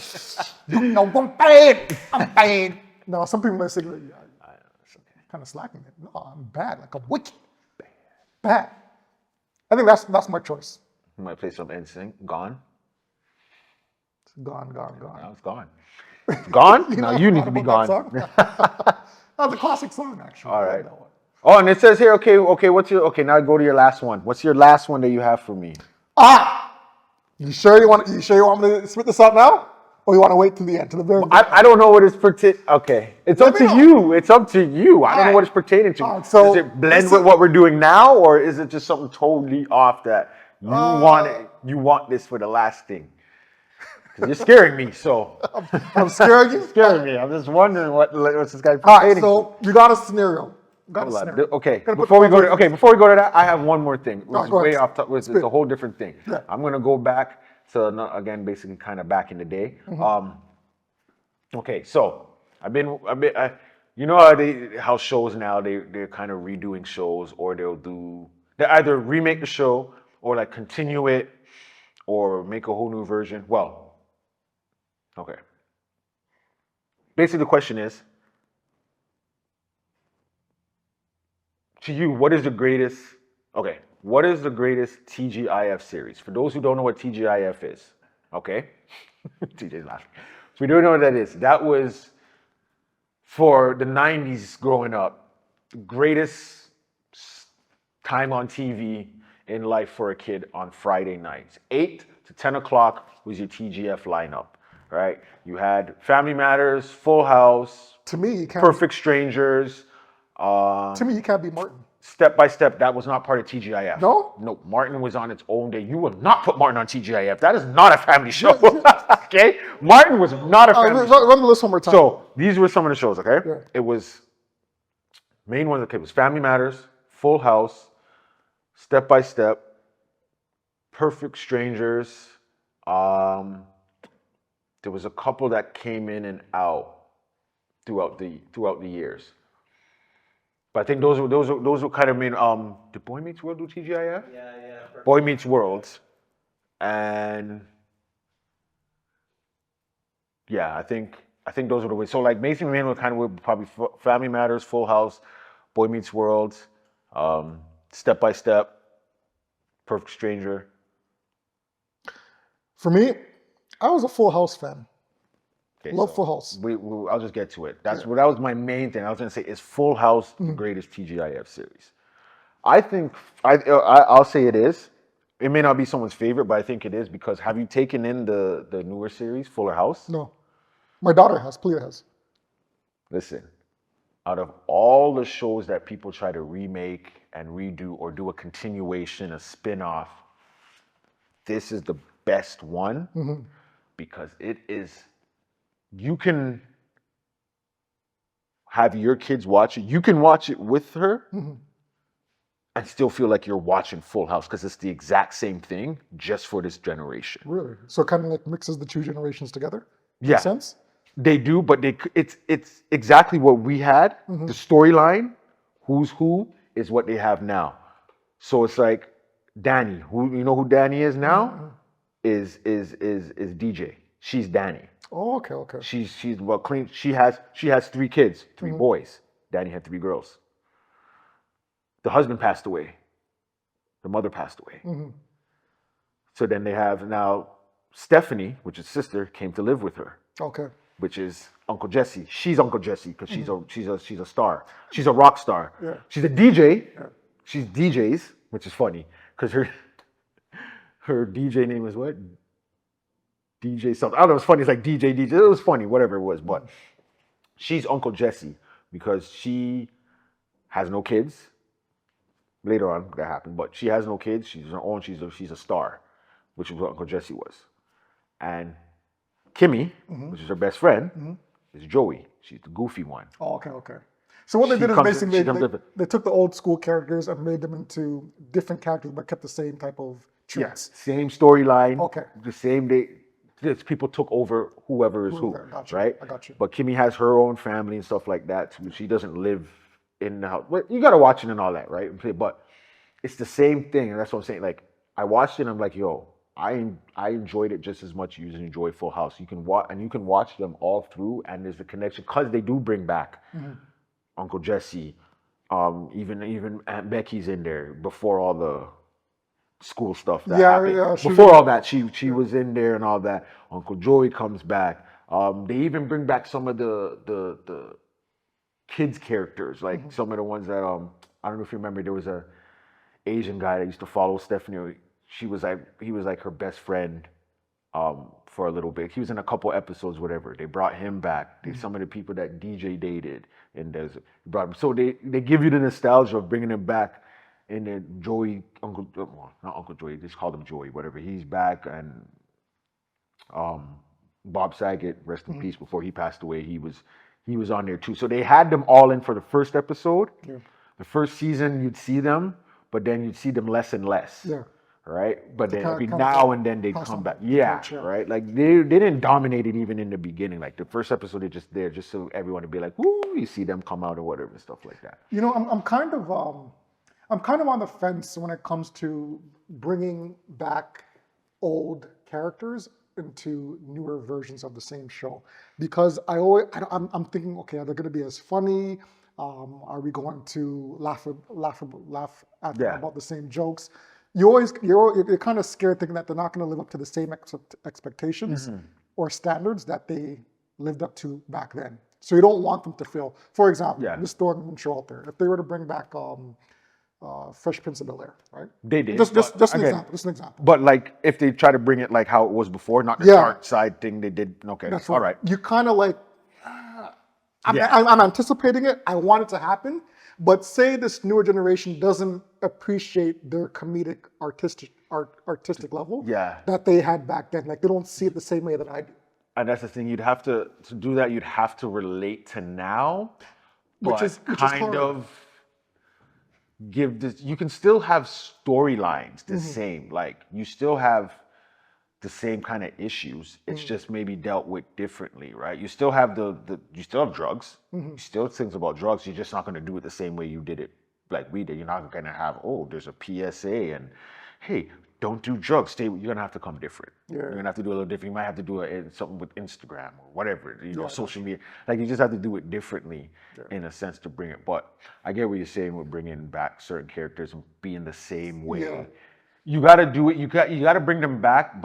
And that's what Fuller House did. They brought them back, but not to be in it the whole time. It's a quick bam. Oh, remember they'll do whatever it was that they were popular for then. That's right. Give you that nostalgia, Yeah. and then we're done with the show. See, but right? that leads into my point. Like you don't want to hurt the original characters, what they brought to the table. So that's Yeah. why when you said they brought them back, made them have an appearance, and slowly they panned out of the show.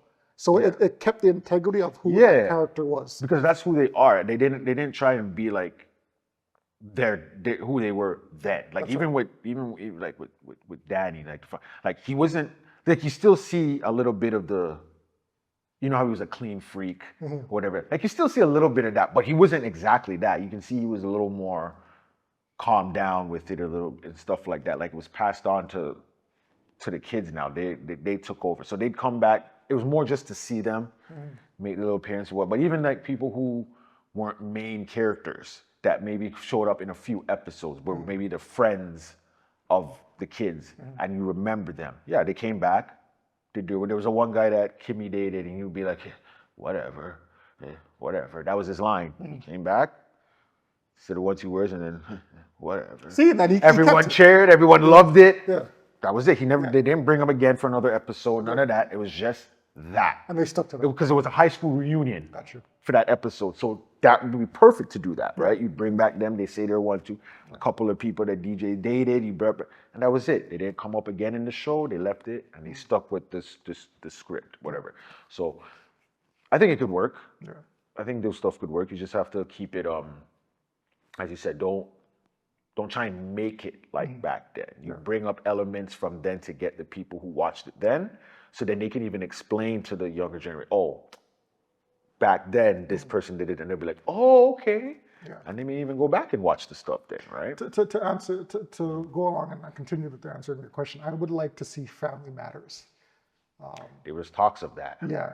I think for the world, just for the way that the culture is right now in the world, how it is right now, that'd be a perfect show to bring back now. Hey, but what would you do with that? Because you got to think about how it ended too, right? Because how it ended, I didn't finish off watching Family Matters. So Family Matters to me, even just listen to the title. It's a show that dwelled or talked a lot about morals, integrity. Yeah. I think you could bring that show in right now and just use current situations, current things that are happening in the world and talk about, okay, how is this moral-wise? Or how would you approach the situation now as opposed to how you did it back then? I still think that there's an avenue and there's space for a show of that type. The only thing with Family Matters is it got it was like Urkel-ish. It was Urkel. It kind of got to where it's just about Urkel and his antics and stuff like you can change, you can get it to a family thing, but how it originally started, what they wanted, it didn't end up that way with the show because he got so popular. Because remember, Urkel was supposed to be a one episode. I hear it wasn't even, he wasn't supposed to be anything about the show. Yeah, And but he just got popular and big. No, but that's what people are going to tune in. You need them to tune in. What you want is like the family aspect, yes. Yes. But when people hear it, that's what they're going to think is Urkel. His antics, that stuff, that's what they're going to think. And they may not tune in. They'll tune in maybe just to see it and see what he does. But again, if they don't catch it, and do it the way you're trying to, how you want it to be about family and stories and stuff like that, it could fail because people might just tune in to see Urkel do his thing and then I do that. And then after that, they might be, okay, I'm done. I just want to see that one time, move off and thing.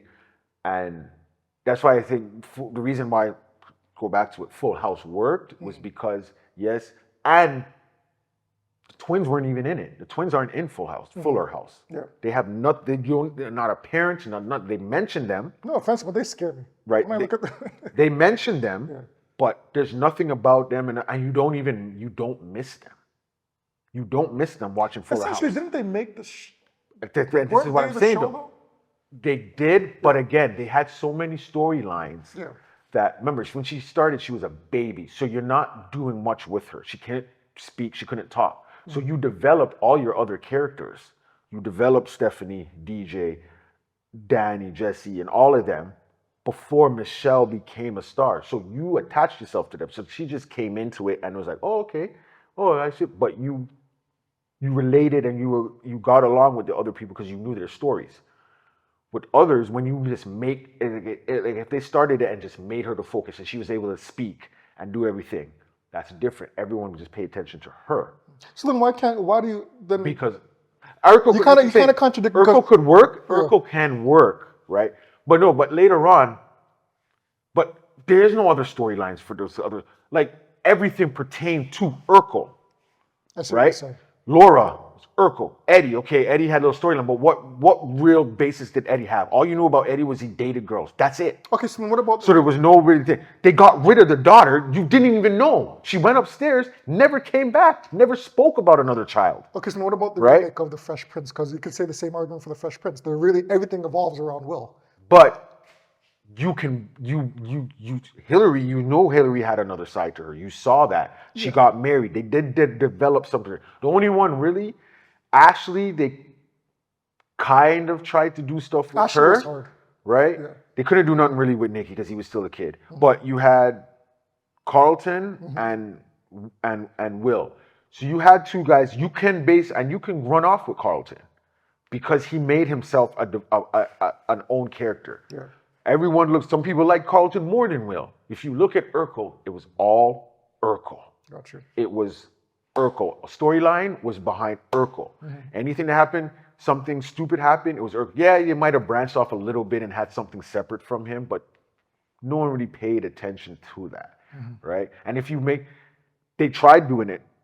Family Matters was supposed to be without Urkel. They had a few episodes he wasn't in it and it was struggling. Mind you, there were other shows like that too. Full House was the same thing. They kind of showed in the beginning, but they found something and they ran with it before Michelle blew up. Yeah. Urkel was all Urkel. Urkel kind of saved them, right? Michelle didn't save Full House. She just came and helped push it. And as I said, when you watch Fuller House, you don't miss her. And that's what makes it great about it. You don't miss her. And that's what you got to look at with the shows. If you take out the star, whoever became the star, could you make that show go? Could you have stories? Can you tell stories? And you can do that with Full House. Because remember, Michelle was still just a little girl when they ended. The last episode, she had some amnesia or whatever it was. So she was still small. So you don't have nothing to like go back and be like, okay, well, we're continuing now. She was a kid. Yeah. She was grown. Urkel's grown when they ended. So you got to run with that. But like I said, with the Full House, you don't miss her. So they were able to tell different stories and all of that stuff and keep your attention with that. And sitcoms alone is such a hard thing to prolong. You know what I mean? Especially in this day and age. With streaming services, reality TV shows, Sitcom is its own little. To me, I think it's a. I want to say it's a. I don't want to say it's a dying breed, but it's but a it dying kind of is. You know what I mean? It is a dying breed. It's not like back in the day where as soon as we were finished school, It died off. yeah, but Not dead, but back in yeah. the day when we finished school or finished work, whatever the case may be, we'd run home to watch these sitcoms, or we'd stay up late at night, 8 o'clock to 9 o'clock. Yeah. TGI Fridays, you know what I mean? Or Saturday evenings, we'd stay up to watch these shows. Unfortunately, if you were to come up with a sitcom today, it's like, if you're not It's hard to go to Netflix. there you go.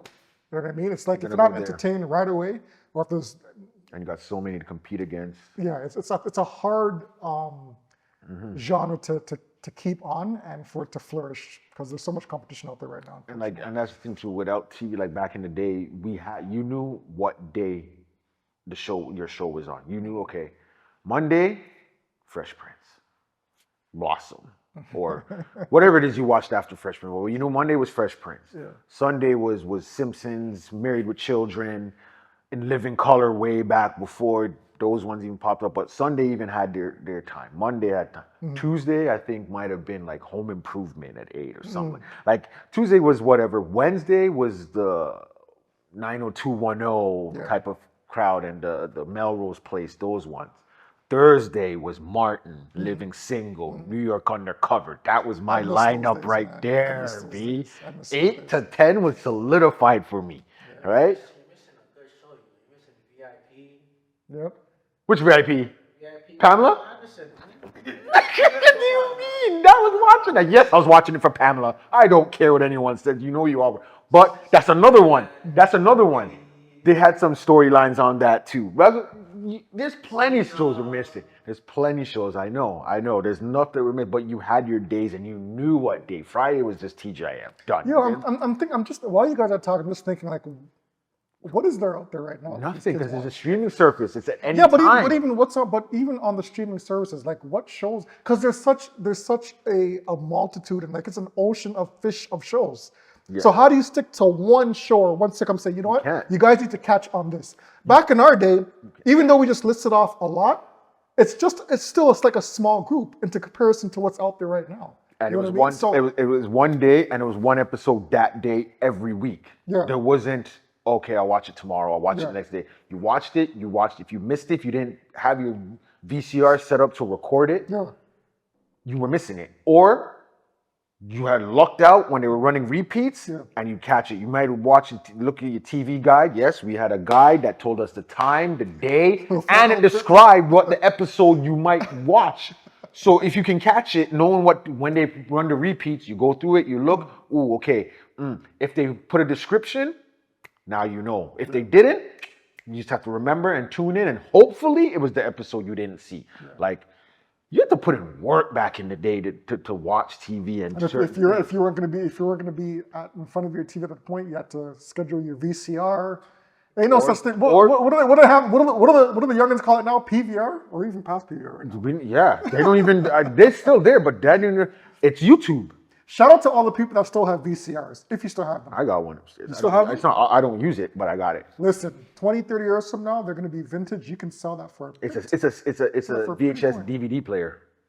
Oh, that's a nice combo. So But I'm even going further than that. I just had a VHS player, period. No, I had one. no combo. Yeah, I had one of those too. But yeah. Anyways, that's a good one. I like But what's that okay? topic. So what's the last, this so-called last question that you got? All right, TJ, you ready for this? Then I got something I got to put out there. I got to give you my ratchet shows to watch. But go ahead. No doubt. You give us our shows. All right, let me pitch this scenario, okay? And I don't know if this has been said before, but let's go. So, you meet up with somebody, all right? Okay. And you guys start dating. Let's say you're in your 30s, mid-30s. Now, did you say somebody to just be respectful for all the people that just date whoever? Because you could have just said you meet her for me. No, anybody. Okay. So We're being respectful, guys. you meet, including everyone. including All everyone. right. So you meet someone. You meet okay. someone in your mid-30s or early 40s, okay? And you guys develop a relationship. Mm-hmm. You guys take things serious. You eventually get married. Okay. You eventually have kids. Okay. You get a house, right? You guys even start a business together, right? So everything's being established, right? You guys are in your full into your adulthoods. You're going on in life, right? Okay. There comes a time where now you want to spice things up, right? Within your sexual endeavors, right? So you guys get in the mood, and you want to put in like an adult tape, right? Triple X tape, right? Bow, chicka, bow, bow. Bow, Da-na-na-na, right? da-na-na-na. Something I like different, it, I like it. right? You never tried it before, something different, right? So your Oh, most party significant, fans know that. Go your ahead. significant other goes into the washroom and they start getting the stuff ready, getting themselves ready, sorry. And you put in the sex tape to get things started, right? Yeah. Now, on the cover screen, you see a significant other. Who's in the washroom right now? Who's in the washroom right now? Okay. Now, this is an old school tape. Remember what I said. You guys met each other in your mid-30s. You guys established a life now. You The hell guys did now she in do your this? Yeah. 40s, 45. Fuck it. You guys are probably in your 50s, right? This tape was an old school tape, right? Not black and white, but it's an old school tape. Okay. The tape has your significant other on the cover page. You're intrigued. So you just fast forward a little bit, right? And you see them involved in a scene, doing a whole bunch of stuff, right? Things that you've never seen your significant other do. But they did this in that tape 20 odd years ago when they're like in their mid-20s, right? Here are your options. Do you A, take out the tape right away and don't even bring it up? Do you B, wait for your significant other to come and talk to them about it? Yo, what's going on here? Do you bring it up? Is it an argument? Or do you C, or 3, whatever I said. Do you go along A, B, C, whatever. Do you go along with it and you guys, yo, let's watch this. I don't care. This was back when you were in your 20s. It is what it is. We're now in our 30s, 40s, 50s. I don't give two shits. Let's watch the whole thing. Let's see what you did. Would it bother you?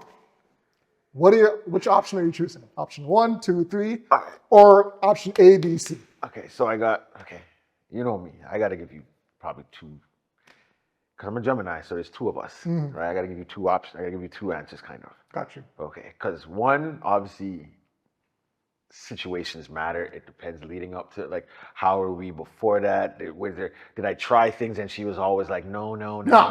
You guys are plain missionary. Our relationship's good? Relationship is good. All right. Relationship is good. It's just that this whole thing threw you for a loop. Like, Now, have I ever if this has never been a discussion, it's never topped up, porn hasn't ever been brought up really, we say, okay. No. But hats up getting brought up because I said I'm going to, let's watch one or put one on while we're in the mood. Yeah. Okay. And now I pop it in. Yeah. She's in the washroom. Yeah. Her face is just over there. And I hit the you click, press, and then I see face starring or whatever. Have I played it, or is it's the menu screen? This is the menu. She's on the menu. Or he or she. Okay. So he or she is on the menu screen. On the menu screen. And intrigued, you press play on one of the episodes, and you see her Work being put in. All type of stuff. Okay. Now, we're married already? You guys are married. Everything I've already had you guys have a business together. You guys have a house, kids, all of that. Never brought this up. Never brought it up. Brand new. Okay, so what I'm gonna do, I'm gonna lay there and pop it. Okay, I'm gonna check and see what it's like, what's going on. Okay, boom, boom, boom. Is there anything that I want to do with it? Any of these type of things? Okay. All right. Before she hops back out, I'm gonna have to stop it and pop it back at the beginning. Let it rewind to the beginning. Because if I'm in the mood and I'm down and we're good, everything's good or whatever. Yeah. I want shit to happen. Shit's gonna happen. So I'm gonna leave that there. Come out, and I'm gonna bring up. So, are we gonna do this? Are we gonna do this? Can we do that? You've already watched the thing. Yeah, I've already kind of clipped through and seen certain things. So I'm gonna. So you're trying to catch it. So I'm gonna see. Can we do this? Now, if she's all like, no, I don't do this. If she's down and she's like, yeah, then I'll be like, all right. I don't know if I'll put. But if she goes like, no, that's ill, that's disgusting. I would never do that. Why would you? And she kind of do one of those things. Oh, really? As she's saying it, you would never do this or put something like you've never done that before ever, right? So that would never happen, right? Like I would never ever hear someone or see anything that you did this that you said you wouldn't do because it's disgusting, right? Now No? you're being an asshole. Oh. You're being an asshole. Okay, so we won't do none of this. We can't do this. I'm not privy to this. Okay, what if I had dollars? I know you got paid. This is what I paid. Oh, was it? You were just helping a friend. Oh, this was a favor. Oh, okay. Nah, she got a production company and all that. No, there's no favor. Listen, This was legit. that's There was props. You know what I mean? There was everything. Okay. There was lighting. There was production. Now, if she tells me, listen, I only did that because I got paid and I was struggling in my life. I needed the money. I need the money. I can live with that? I can let that go because one, it probably was if it's not a popular thing. I didn't know about it. Whatever. It's either way back. If it's a one thing, I can let that slide. I can get with it. But if that was your freak period, and now you don't want to do that no more with me, and I don't know. I'd have to. I don't know. It all depends. It all depends. If I want something and I'm really in the mood, I'm like, yo, I need to let this nut off or whatever it is. I might just pull out the tape, pop another tape, and try and see if it's hopefully not her, and just let What it if go it at that is? moment. If I pop another one in and it's her, yeah, we're talking. No, we're talking. Nah. I'm really gonna be petty. All of that. I'm gonna be asking. So hold on. We can't do this. This is the one time you did it, right? Oh, okay. What the is this then? Why is there a part 2? I wouldn't even have to do this because it's on the phone. So I'm gonna just be scrolling through it because there ain't no more tapes now. What if Pornhub you're on and I usually see a clip. Not a clip. What is it? The thumbnail, and her face is just getting it reamed, and you're like, whoa. Yo, it'd be crazy if it says at the beginning, volume 1 of 20. And mind you, that doesn't mean it's one guy each video. That's there's multiple scenes. Yeah. What if she's not the only? What if she's the only star? Like that sucks me. Nah, you know what? Honestly, yeah. It all depends on what this like. If it's a one man in the scene and they did this, hey, shit, I just gotta chalk it up to that was the time you did what you had to do. I mean, But it'll be hard though. I don't know if I'm leaving that one in. You know what? Honestly, I might just pop it out. To be honest, answer, pop it out, put something else in. Mm-hmm. You keep it. Do what we got. Oh, I'm holding it. Do what we got to do. Then I might bring it up. This man said he's holding it as collateral. If it's a tape, I might have to just pull up the tape and just pop, or I might just leave it somewhere where she's gonna be like, oh, this guy's he's keeping tapes. Oh, and then she'll probably be like, oh, she'll be, oh shit, and then she'll be cringe because she won't. You're gonna come up to me and be like, why do you have porn? Why are you in the porn that I have? Why didn't you tell me you did this? Right? So most likely, I'd probably just pop it out. Mm-hmm. If I really just want to get the nut, I want to do it, and just pop it out and go back in. But again, as you said, we're married for years. So I don't know. It might be a question like, yo, how come you never, how come you never brought it up? Mm-hmm. But I mean, so if I never asked you, hey, have you done a porno before in your life? Who asked that though? I mean, hey, people, or that topic of it, hey, would you ever do one? Something people ask that. Would you, hey, if you had no family, no one around, or I know people like to say no morals or whatever, but like if there was nothing to like make you feel bad about it, would you do porn or whatever? Then you know that might be the time to say. I know I asked a certain question, but you've done it, so you could have said, you know what, I did do one way back then. Mm-hmm. we can get past it if you tell me, you know what I mean? Like, okay, you did it, whatever. It's a one-time thing. Now, I mean, if you did the 1 versus 100, that's a different story. I What don't if she? know What you if, can what do if that. what if the person's still getting residuals from it, bro? Like they're still getting That's paid. fine. You did it one time. The residuals, they've been watching it. Watch it. As long as you're spending that residuals on me, do what you gotta do. But think about it. It's already out there. People are watching it. So what I'm gonna do? I'm not gonna take the money because they're still gonna watch it. We might as well benefit from it somehow. Yep. I'm gonna tell you no. True. You can't. Okay, then you just leave me and you take your money. Like I'm not your cause for that. Like So essentially, what you're saying is not a deal breaker. At that late in like the I game, said, it's if too late. it's 1 versus 100 in your video, that's a deal breaker. Okay. But why? 1 versus 10. Hold on a second. Hold on a second. Well, that's a good point. But But hold on a second. What's the difference though? Because say she did 100 when she was between the ages of like 20 to 25. I don't, because it's different times, it's different situations. Or he. I mean, it's not on camera to see you taking all those 100 guys at one time. This is through your. I mean, if I found out you had 100 guys and I don't like, depending on how long the years, like I'd have to factor all that. I'd have to do the division of, okay, there's 100 guys, how many years? When did you start having sex to this point? You're actually gonna map that out? You have to. There's a difference between, okay, if you had started having sex at, okay, what would we live for girls? Or just anyone in general? We'll say 18, Yeah. okay? Well, Proper. hold on. You're gonna be younger. She started at. We'll just say your first time you had sex was 18. We'll go 18, 19, okay? I mean, if there's some younger, there's some older, but in general, we'll say 19. We'll go 19, okay? Like 20 for a solid number to make the division easy, 20. You started at 20. You're 50, 30 years, 100 penises. You got to break it down. Now, you know, it might work out to like, okay, I don't know, 10 a year. I know it's not 10 a year, but I'm just saying, say it was 10 a year. You break it down, okay, cool. There was a gap between it. There was times, but I don't know, and it's not on camera. I don't know if I can see you lay there with a line of dudes to walk and pump you, and then come out of you, pump you and then leave, pump you and then leave.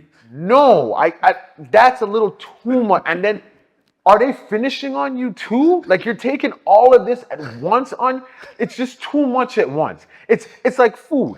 It's like food, right? You can have your favorite food, but if you go into a room, Yeah. and okay, what's a food you like? Yo, let me ask you something. It seems if this really happened, it would bother the hell out of you, yo. I'm a critical thinker. I'm a critical thinker. Yo, Think about it. There's 100. H2O is like envisioning this, yo. Oh, yeah. This You walk does into- really happen. This is how I'm gonna approach the situation, bro.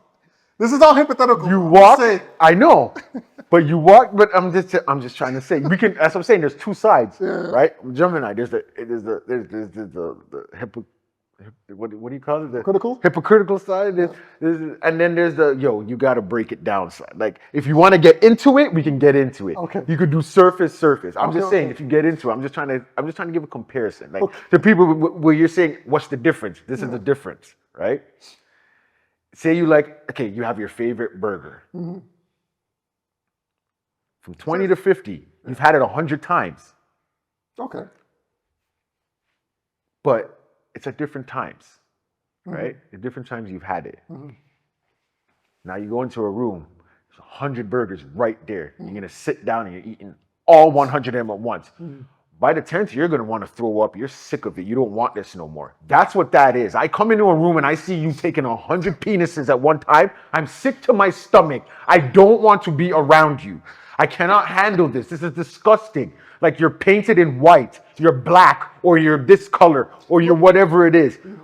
Like I can't see that at one time. But over a period, it's happened. Yeah, realistically, that happens. Realistically, a woman has taken more than one penis throughout her lifetime. A dude has been in more than one vagina in his lifetime. But you don't want it you don't want that all at once. You don't want your favorite thing all at once because it ruins it for you. Okay. And that's all I'm saying. It'll ruin it for me. That's a good point. Okay. Okay, let me ask you I went through all that for that. I'm sorry. No, I got you. But I had to. Okay. Does the gap make a difference then? So say what I mean. Yeah. So what I mean is if he or she, sorry, I gotta make sure I'm being equal here. If he or she did this from, say, that's an example, 19 to 25 or 20 to 26, right? And you guys met at the age of 35. So in between 35 and 26, they didn't do anything. Like they left the industry, they were clean, nothing was done within that 10 or 9 year time span, right? You guys then met up at the age of 35 or 40, right? So there's been a gap where he or she wasn't involved in that. Does that make a difference? Does it make it more easier for you to forget it and put it behind? Yeah, one, it's already, okay. Like, okay, with me, it's a little different. Like, if something's already been done before me and it's not happening anymore, one, I know people want to know. Like, that's the thing where if I know, I know. If I don't, I don't. It's just stuff was before me. I was never in your picture. You didn't know. No matter how much men's all the stuff but it was like 1,000. From 19 to 25, okay, that's a different story. I just got 1,000. Again, it goes back to the breakdown. That's about 100 penises in a year, maybe. I don't know. There's a 10-year gap. Yeah, but now if I take that 10 year and say I spread it amongst that, is that doing still too much math, yo? I have to.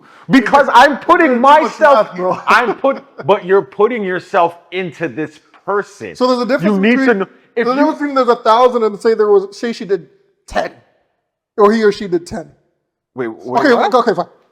Forget the 1,000, forget the 100. Right? Okay. She only made, I'll even make it more sweeter. She only did, or he or she only did one tape. Okay. One time. Hold on. She's a porn star in her past? Yeah. Okay. In the past. They did, hold on. I don't want to know nothing. They did one tape. They did one video, right? But you met her 5 years later. She did one take, one video? And you met her 5 years later. Okay, you're good. I'm good because I can research. I can find the guy you had the sex with, and we can figure out if you caught something or not. Like I have it on. I know you were tested before you did this. That's the one thing too. Okay. You know they were tested, so not necessarily you have to worry about diseases from them because they have to be tested. If they're high profile. Now, if you go get an amateur porn star, now you have issues. You might have an issue, but you get one of those properly produced. They have a budget. They have a team, like an actual name behind them. A team. You know they have to be tested all the time. So that's when people say, ew, porn stars are disgusting, but they're tested. They're not your local whore that's just taking dick from the random guy and you don't know if she's been tested, right? So all of that. So, but if it's a one thing that she did with one guy, or even if she did two guys, whatever, for your video, but it was a one-time thing. You did it the one time, there's nothing else. That was your younger years. I meet you 10 years later. Okay. You did what you did. It's okay. That was before me. I can't hold that against you right now. If you're still doing stuff, of course not. And we're getting together now, that's on me. Yeah. If I want to be with you because you're doing this, whatever. But if you told me, oh, I'm going to stop, and now we're still doing this, that's a different thing.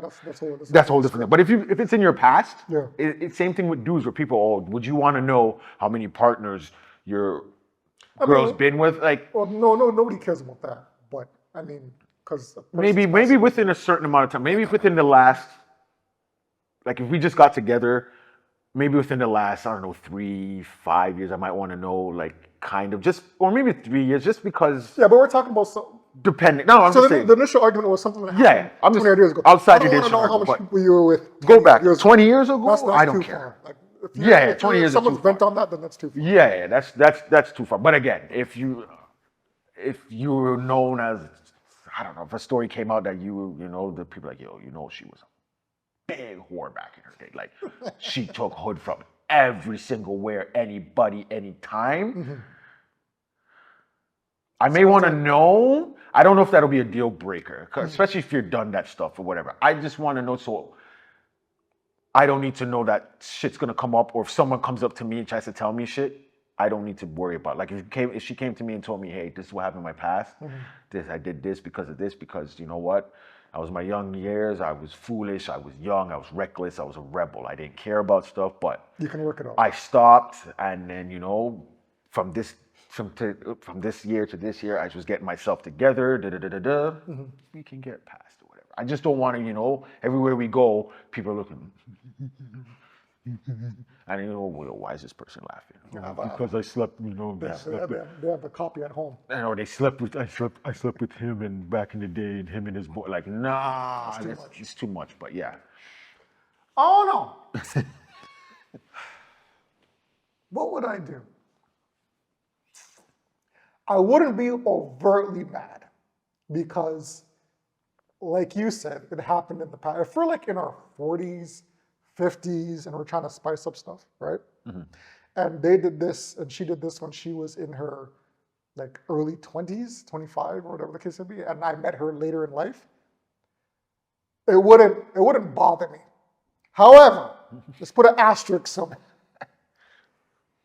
If you're doing some of the things in that thing, and you have me begging for you to do something, we're going to have a discussion. Yeah, I know you don't do it no more. I don't do it no more. I'm your husband. You got to at least we don't have to do it continuously all the time. Let's have some type of negotiation. You got to give me a one time at least. We have to do this. We can probably do this. Yeah. And you have to go this far, but you can go maybe to 3/4 of the way. Okay, one time, and we don't have to do it ever again. But you got to let me experience it one time with you. Yeah. And then we don't have to do it again. Like if you're looking, if you're looking at the tape and saying, yo, I might have to dissect the tape a little bit too. You know what I mean? Like if I'm looking at it, I'm like, I've never seen that type of eye roll before. Like what the hell? Your eyes go white like that? Your toes curl like that? Yeah. Like I'm gonna have to ask some questions. You know now I know it might be certain things might be because you're younger, certain positions maybe you might not be able to do that now. We can let it slide certain things, but don't be blatantly telling me. Don't be telling me no, I don't do that or ill. That's it. No. I'm sorry. No, that's not happening. It's a touchy one. It's a different one, but I'm pretty sure when it all boils down to it, if you guys are an established couple and you've been through a lot of hurdles and you've been through trials and tribulations, I'm sure something like this shouldn't be a hurdle or a deterrent to continue living the life that you guys have already lived for the past 10 years. Yeah. We're joking, obviously, and we're making fun of the situation, but when it comes down to it, I don't think it's something that should cease a established, loving household. If they want to try something, you guys have been together so long, they want to try something, doesn't mean you have to. We're not saying you should just do everything because, you guys have been together for don't have to, but they should be able to approach you with it, and you give an answer, yes, no, and not feel a ways. People need to know your business. You don't need to feel like, what if our friends found out? They don't need to know. No, and if they're your real friends, they wouldn't give a rat's ass that you did this or you did that. Wait a minute. You just threw a wrench into the scenario though. Like, what if your friend saw or has a copy of it and never told you?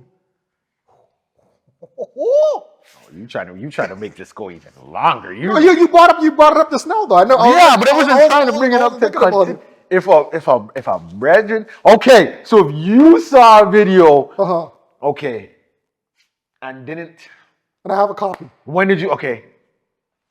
How long have I been married? How long have I been married that when you saw this? I like, is it recent? All right, so. So we said that this was happening when she was in her 20s, right? Okay. All right. So I look, I'm young and dumb, whatever. You've had a copy? Had a copy since I was a teenager. Before I met her? Since I was a teenager, yeah. So 18, 19. I'm like, Negro, how come you haven't shown me that? How come you lend me the tape? Time out. So I have a copy, and I'm pretty sure there has to be a movie that has done this before. If not, Universal call me. But let's say you had this tape since you were in your 19, 20 years old. Mm-hmm. Your friend met the girl. So my friend, you whatever. Okay, I met the girl. You met the girl later in life, right? Make it easy, yeah. You married her, whatever. You've established it yourself. So I met Paula Abdul. Cool. Okay. But I've been holding on. So I have a tape of Paula Abdul. Mm-hmm. Right? We're just using Paula Abdul in quotations. And I didn't tell you. Would that bother you? Would you want me to tell you, first of all?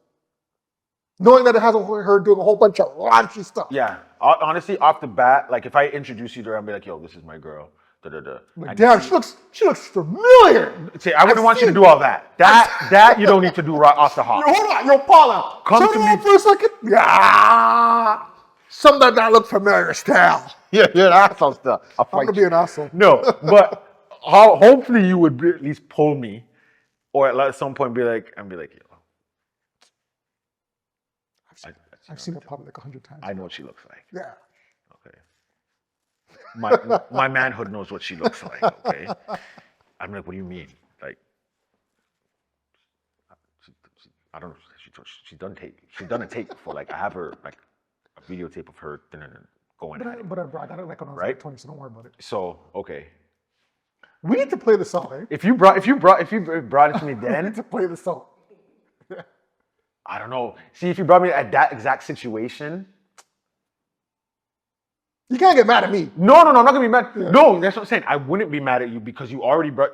You're basically saying, I know this. I'm letting you know this.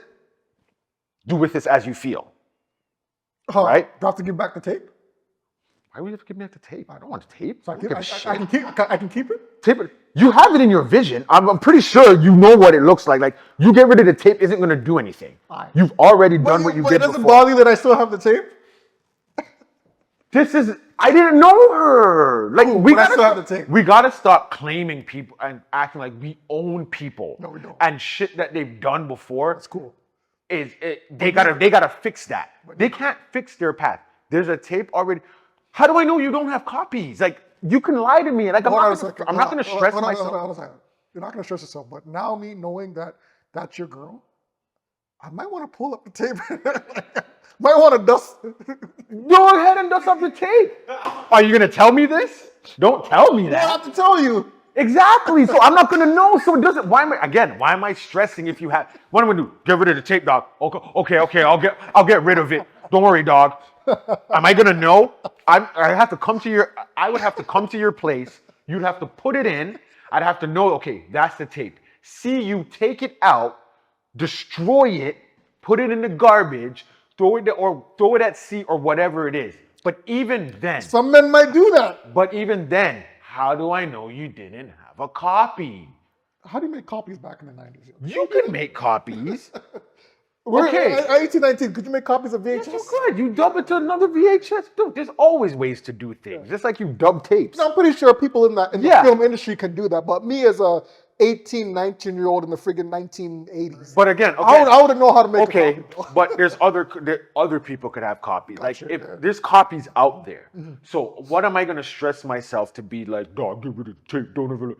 You can already have it buried in your head what she looks like. You've probably seen the tape numerous times where you don't need the tape necessarily. So I'm not even going to stress on that. But if you told me that then, I might have to just let the night fly through, and then I'd have to holler at her in the night and be like, listen, just have you ever done something? Listen, we need to talk, blah, blah, blah, and deal with it. Now, if it's later, I'm dating her, we've dated, we've gone, all of this stuff, that anything after that, I don't know if I would like be, you know what, just don't even tell me nothing. If you don't tell me right away. What you don't know won't bother. Yeah, if you don't tell me right away, just keep it to yourself for the rest of your life. All I'm saying is if we're at a bar and now if you get drunk and you say something stupid. Yo, my girl doesn't do this, my girl doesn't do this. Yeah, she does. In my cup, I'm like, she doesn't, eh? Or you might, you know what? I might be cheesed one night and be like, yo, dog, and you be like, yo, dog, watch this tape. You'll be fine. And you might not remember that she was on it. Me like, here, pop this in, yo. Rub one out to this and you'll be good. Don't worry about it. Yeah. And then I might have to come back and be like, dog, you had this for so long you didn't tell me that, like, yeah, you've seen her. I don't know.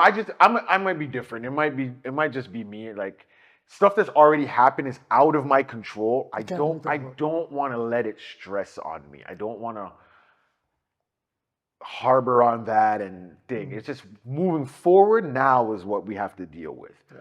So, okay, you've told me, hey, dog, this and this. The only thing honestly, the only beef I would have was just, you should have told me earlier. Mm-hmm. It would have been nice just so I can ding, but I don't know. Like, even then, it's like, what are you really gonna do? What is that really gonna do with your relation? What does that have to do with your relationship? That you see, okay, you saw her basically, okay, you saw her doing acts and stuff like that. Okay, it can't be, oh, you saw her naked, because really, you're on a beach, it's just because a little top here thing, that's not really hot. Like, you can vision her without it on. Most likely, you can finish the rest of a breast without the bra there. So I'm not gonna be mad that you've seen her naked. Maybe her doing certain things, but again, someone can just be like, oh, I wonder what this person's like doing. Let me close my eyes. Oh, okay. And there you go. You have your vision of it. Like, what am I really getting mad? And moving forward now is a different story. Now, if you keep, I don't know, again, I can't stop you from watching it, but I'd hope you wouldn't, out of respect, keep watching it. You know what I mean? But I can't stop you from, my wife is banging, like, fuck.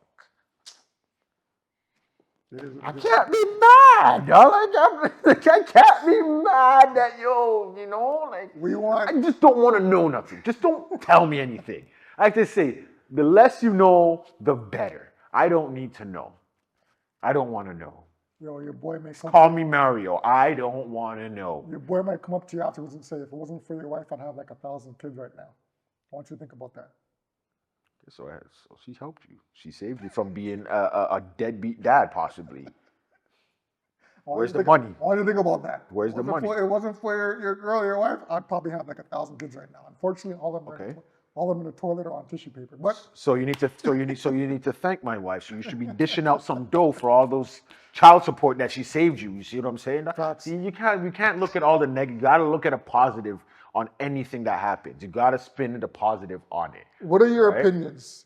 I know what a lot of people. Other, I would love to. No, dog. I'll tell you say. Right now what we do is going to be like, nah, dog. What do you mean?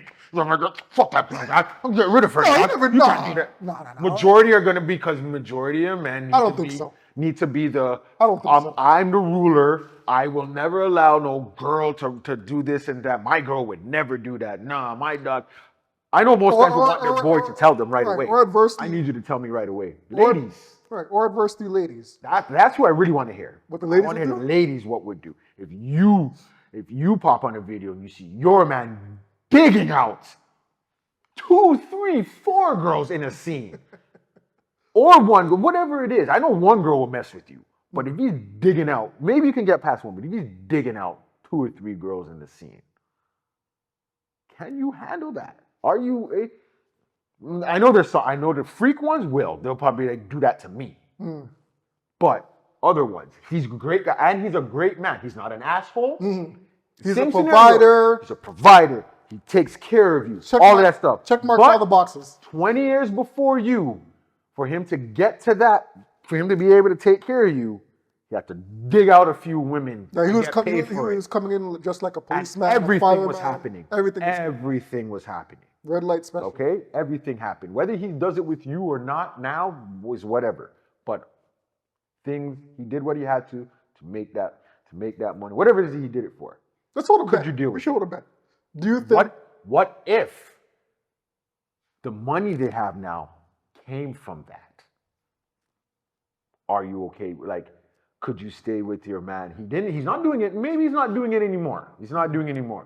But that's what he's known for. That's what it's from. And he was digging out girls back then. That's how he made the money. Yo, you're really putting a lot of emphasis in like you're saying, you're not even saying, you're not even saying no. Because you're not saying digging. You're saying digging.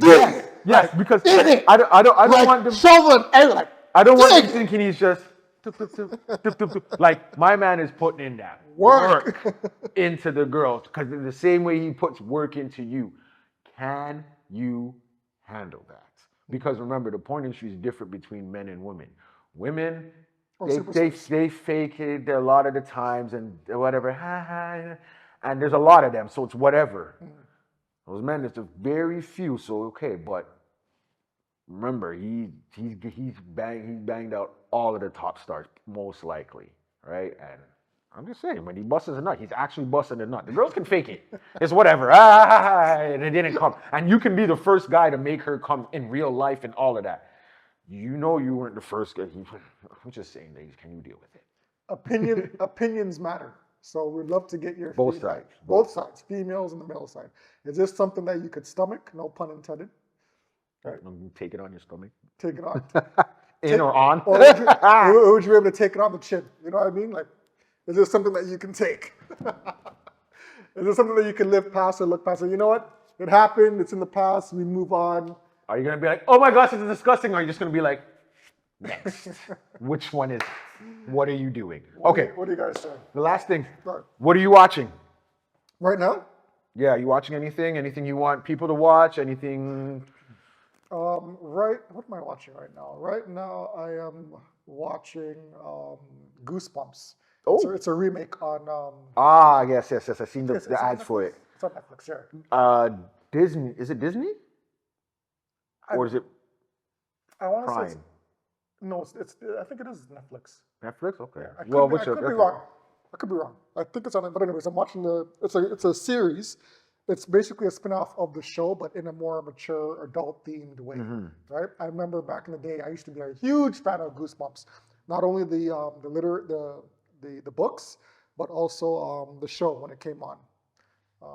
But the remake of it, I love it. Okay, I gotta ask you this then. Yeah. Since you're a Goosebumps fan, Goosebumps Huge. or Are You Afraid of the Dark? Ooh. Oh, and it's Disney. It's on Goosebumps: The Vanishing, right? Is that it with him with the Yes, swimmer? yes. Yeah, it's on Disney, folks. Okay. Disney, if you want to check it out, and they have Goosebumps. Oh, it says 2023 analogy. What is this? No, there's 2 seasons. Sorry, there's 2 seasons. Oh, this is 2025, and then okay, there's okay, 2 seasons. okay. So Goosebumps or Are You Afraid of the Dark? That's a tough. I gotta go. I still gotta. I still got. Canadian, and it was to me it was better. That Goosebumps beginning is a little too. Doop, doop, doop, doop, doop, doop, doop. It was a little too. I still got to go with Goosebumps only because I grew up on the books as well. So from the book version came out obviously before the I show. gotta go with the Midnight Society. Yeah. You know who was in those? Tia and Tamara were in those. You got a few stars that were up in those. In Are You Afraid of the Dark? And that was a Canadian brand. That's a good comparison. Got Goosebumps. What do you got, TJ? What do you got, boss? Ooh, we're gonna put that out there too. Okay, clip it. Goosebumps or You're Afraid of the Dark? Here we go. Clip it. Question: Goosebumps or Are You Afraid of the Dark? Which one? All right. Okay. Is that all you're watching? No. I'm also watching. I'm trying to catch up on the Power series. Okay. The new one. What's the remake called again? Karen got into it. I forgot the title, but there's so much spin-offs. I know. There's. It's hard to keep. Oh, you know what's one? Kanan and all these other ones they have. Yeah. You know what's one I'm watching heavy now? Beauty and Black. I know I'm behind. I know I should have gone on that long. Finish that, dog. I know I got onto it late, but Tyler Perry is an absolute genius. This one, yeah. You know what I mean? It's your white storylines kind of thing, richness and all that, but with black people. Yeah. I kind of like that. Yeah. If you can get, now I don't want to give it away, but if you can get past certain parts, Yeah. some parts are unwatchable. Make Certain sure digging out parts. yeah, make sure that the kids are definitely not in the Yeah, because they'll see it. But where are you? Right now, I'm at the part where the Season dad. one Hold on. Right now, I'm the part where the mother dies in the ambulance. Well, the aunt, sorry, died in the ambulance. So remember when I'm far behind. I know. There's a I know. So they're trying to figure out right now. Who did it? Yeah. Okay. So Obviously, we know who did it, but they got to figure out who it was. Okay. So maybe that's episode like what 5 or. Yeah, I think it's But it's a good show. Good Yeah, show. it's Beauty and Black. Check it out. Okay, yes, that's one I recommend. Listen, folks, I like my reality shows every now and then. Not all of them I'll take in, but I like my ratchetness. Now I know we got the housewives and stuff like that. I need to get my white ratchetness on, okay? Because the black ratchetness there's a lot of that goes on. Too much. We can get that anywhere, anytime. Listen, if you want to see some unnecessary drama that goes on, I'll give you 2 shows you can take in. One on Netflix, it's called Selling Sunset. What's it called? Selling Sunset. Selling Sunset. Realtors. It's a real estate business, but you gotta Definitely sounds like a porn. You gotta take this. They got spin-offs, and listen, they have a spin-off one selling Tampa. It was black people, but I didn't take that one in. I don't know. It just didn't. it didn't capture me. I don't know. I didn't like what they were trying to do with that one. Really. What's the synopsis of Selling Sunset? Selling retail. There's a retail company. They have there's ladies that sell the retail, and that's what they do. But they compete a little bit, and you know there's going to be ratchetness. They're going to argue with each other. Some people like each other, some don't. They take to it. You just got to take it. There's 8 seasons of it. Selling Sunset. Mind you, Selling Sunset. I only started watching it because I was watching it with someone else, and we started as a joke. We were just like, oh, let's see what this is. Blah blah blah. Popped it. Started watching one episode. Ha ha. Left.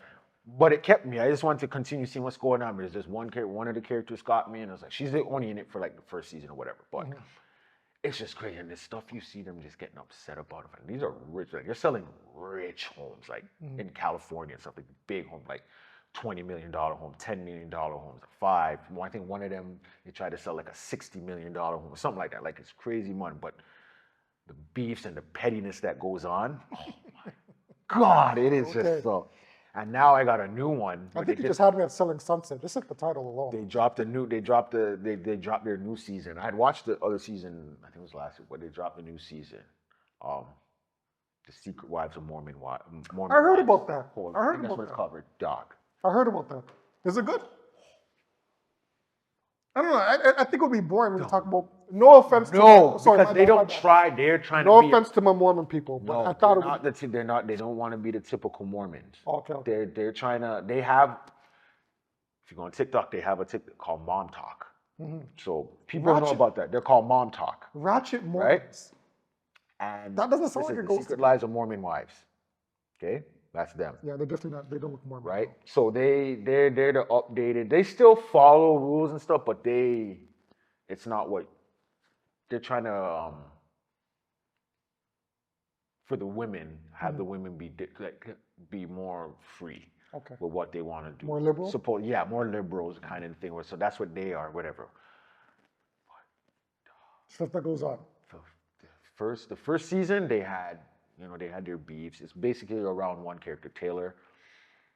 How it started was because she came out and said there's swinging that was going on within the group, or her and another couple, they did a little swinging or like hooking up kind of thing. Now that's definitely against Mormon culture, right? But see, with the term hookup, I don't know. People have that term different. Some people think hooking up.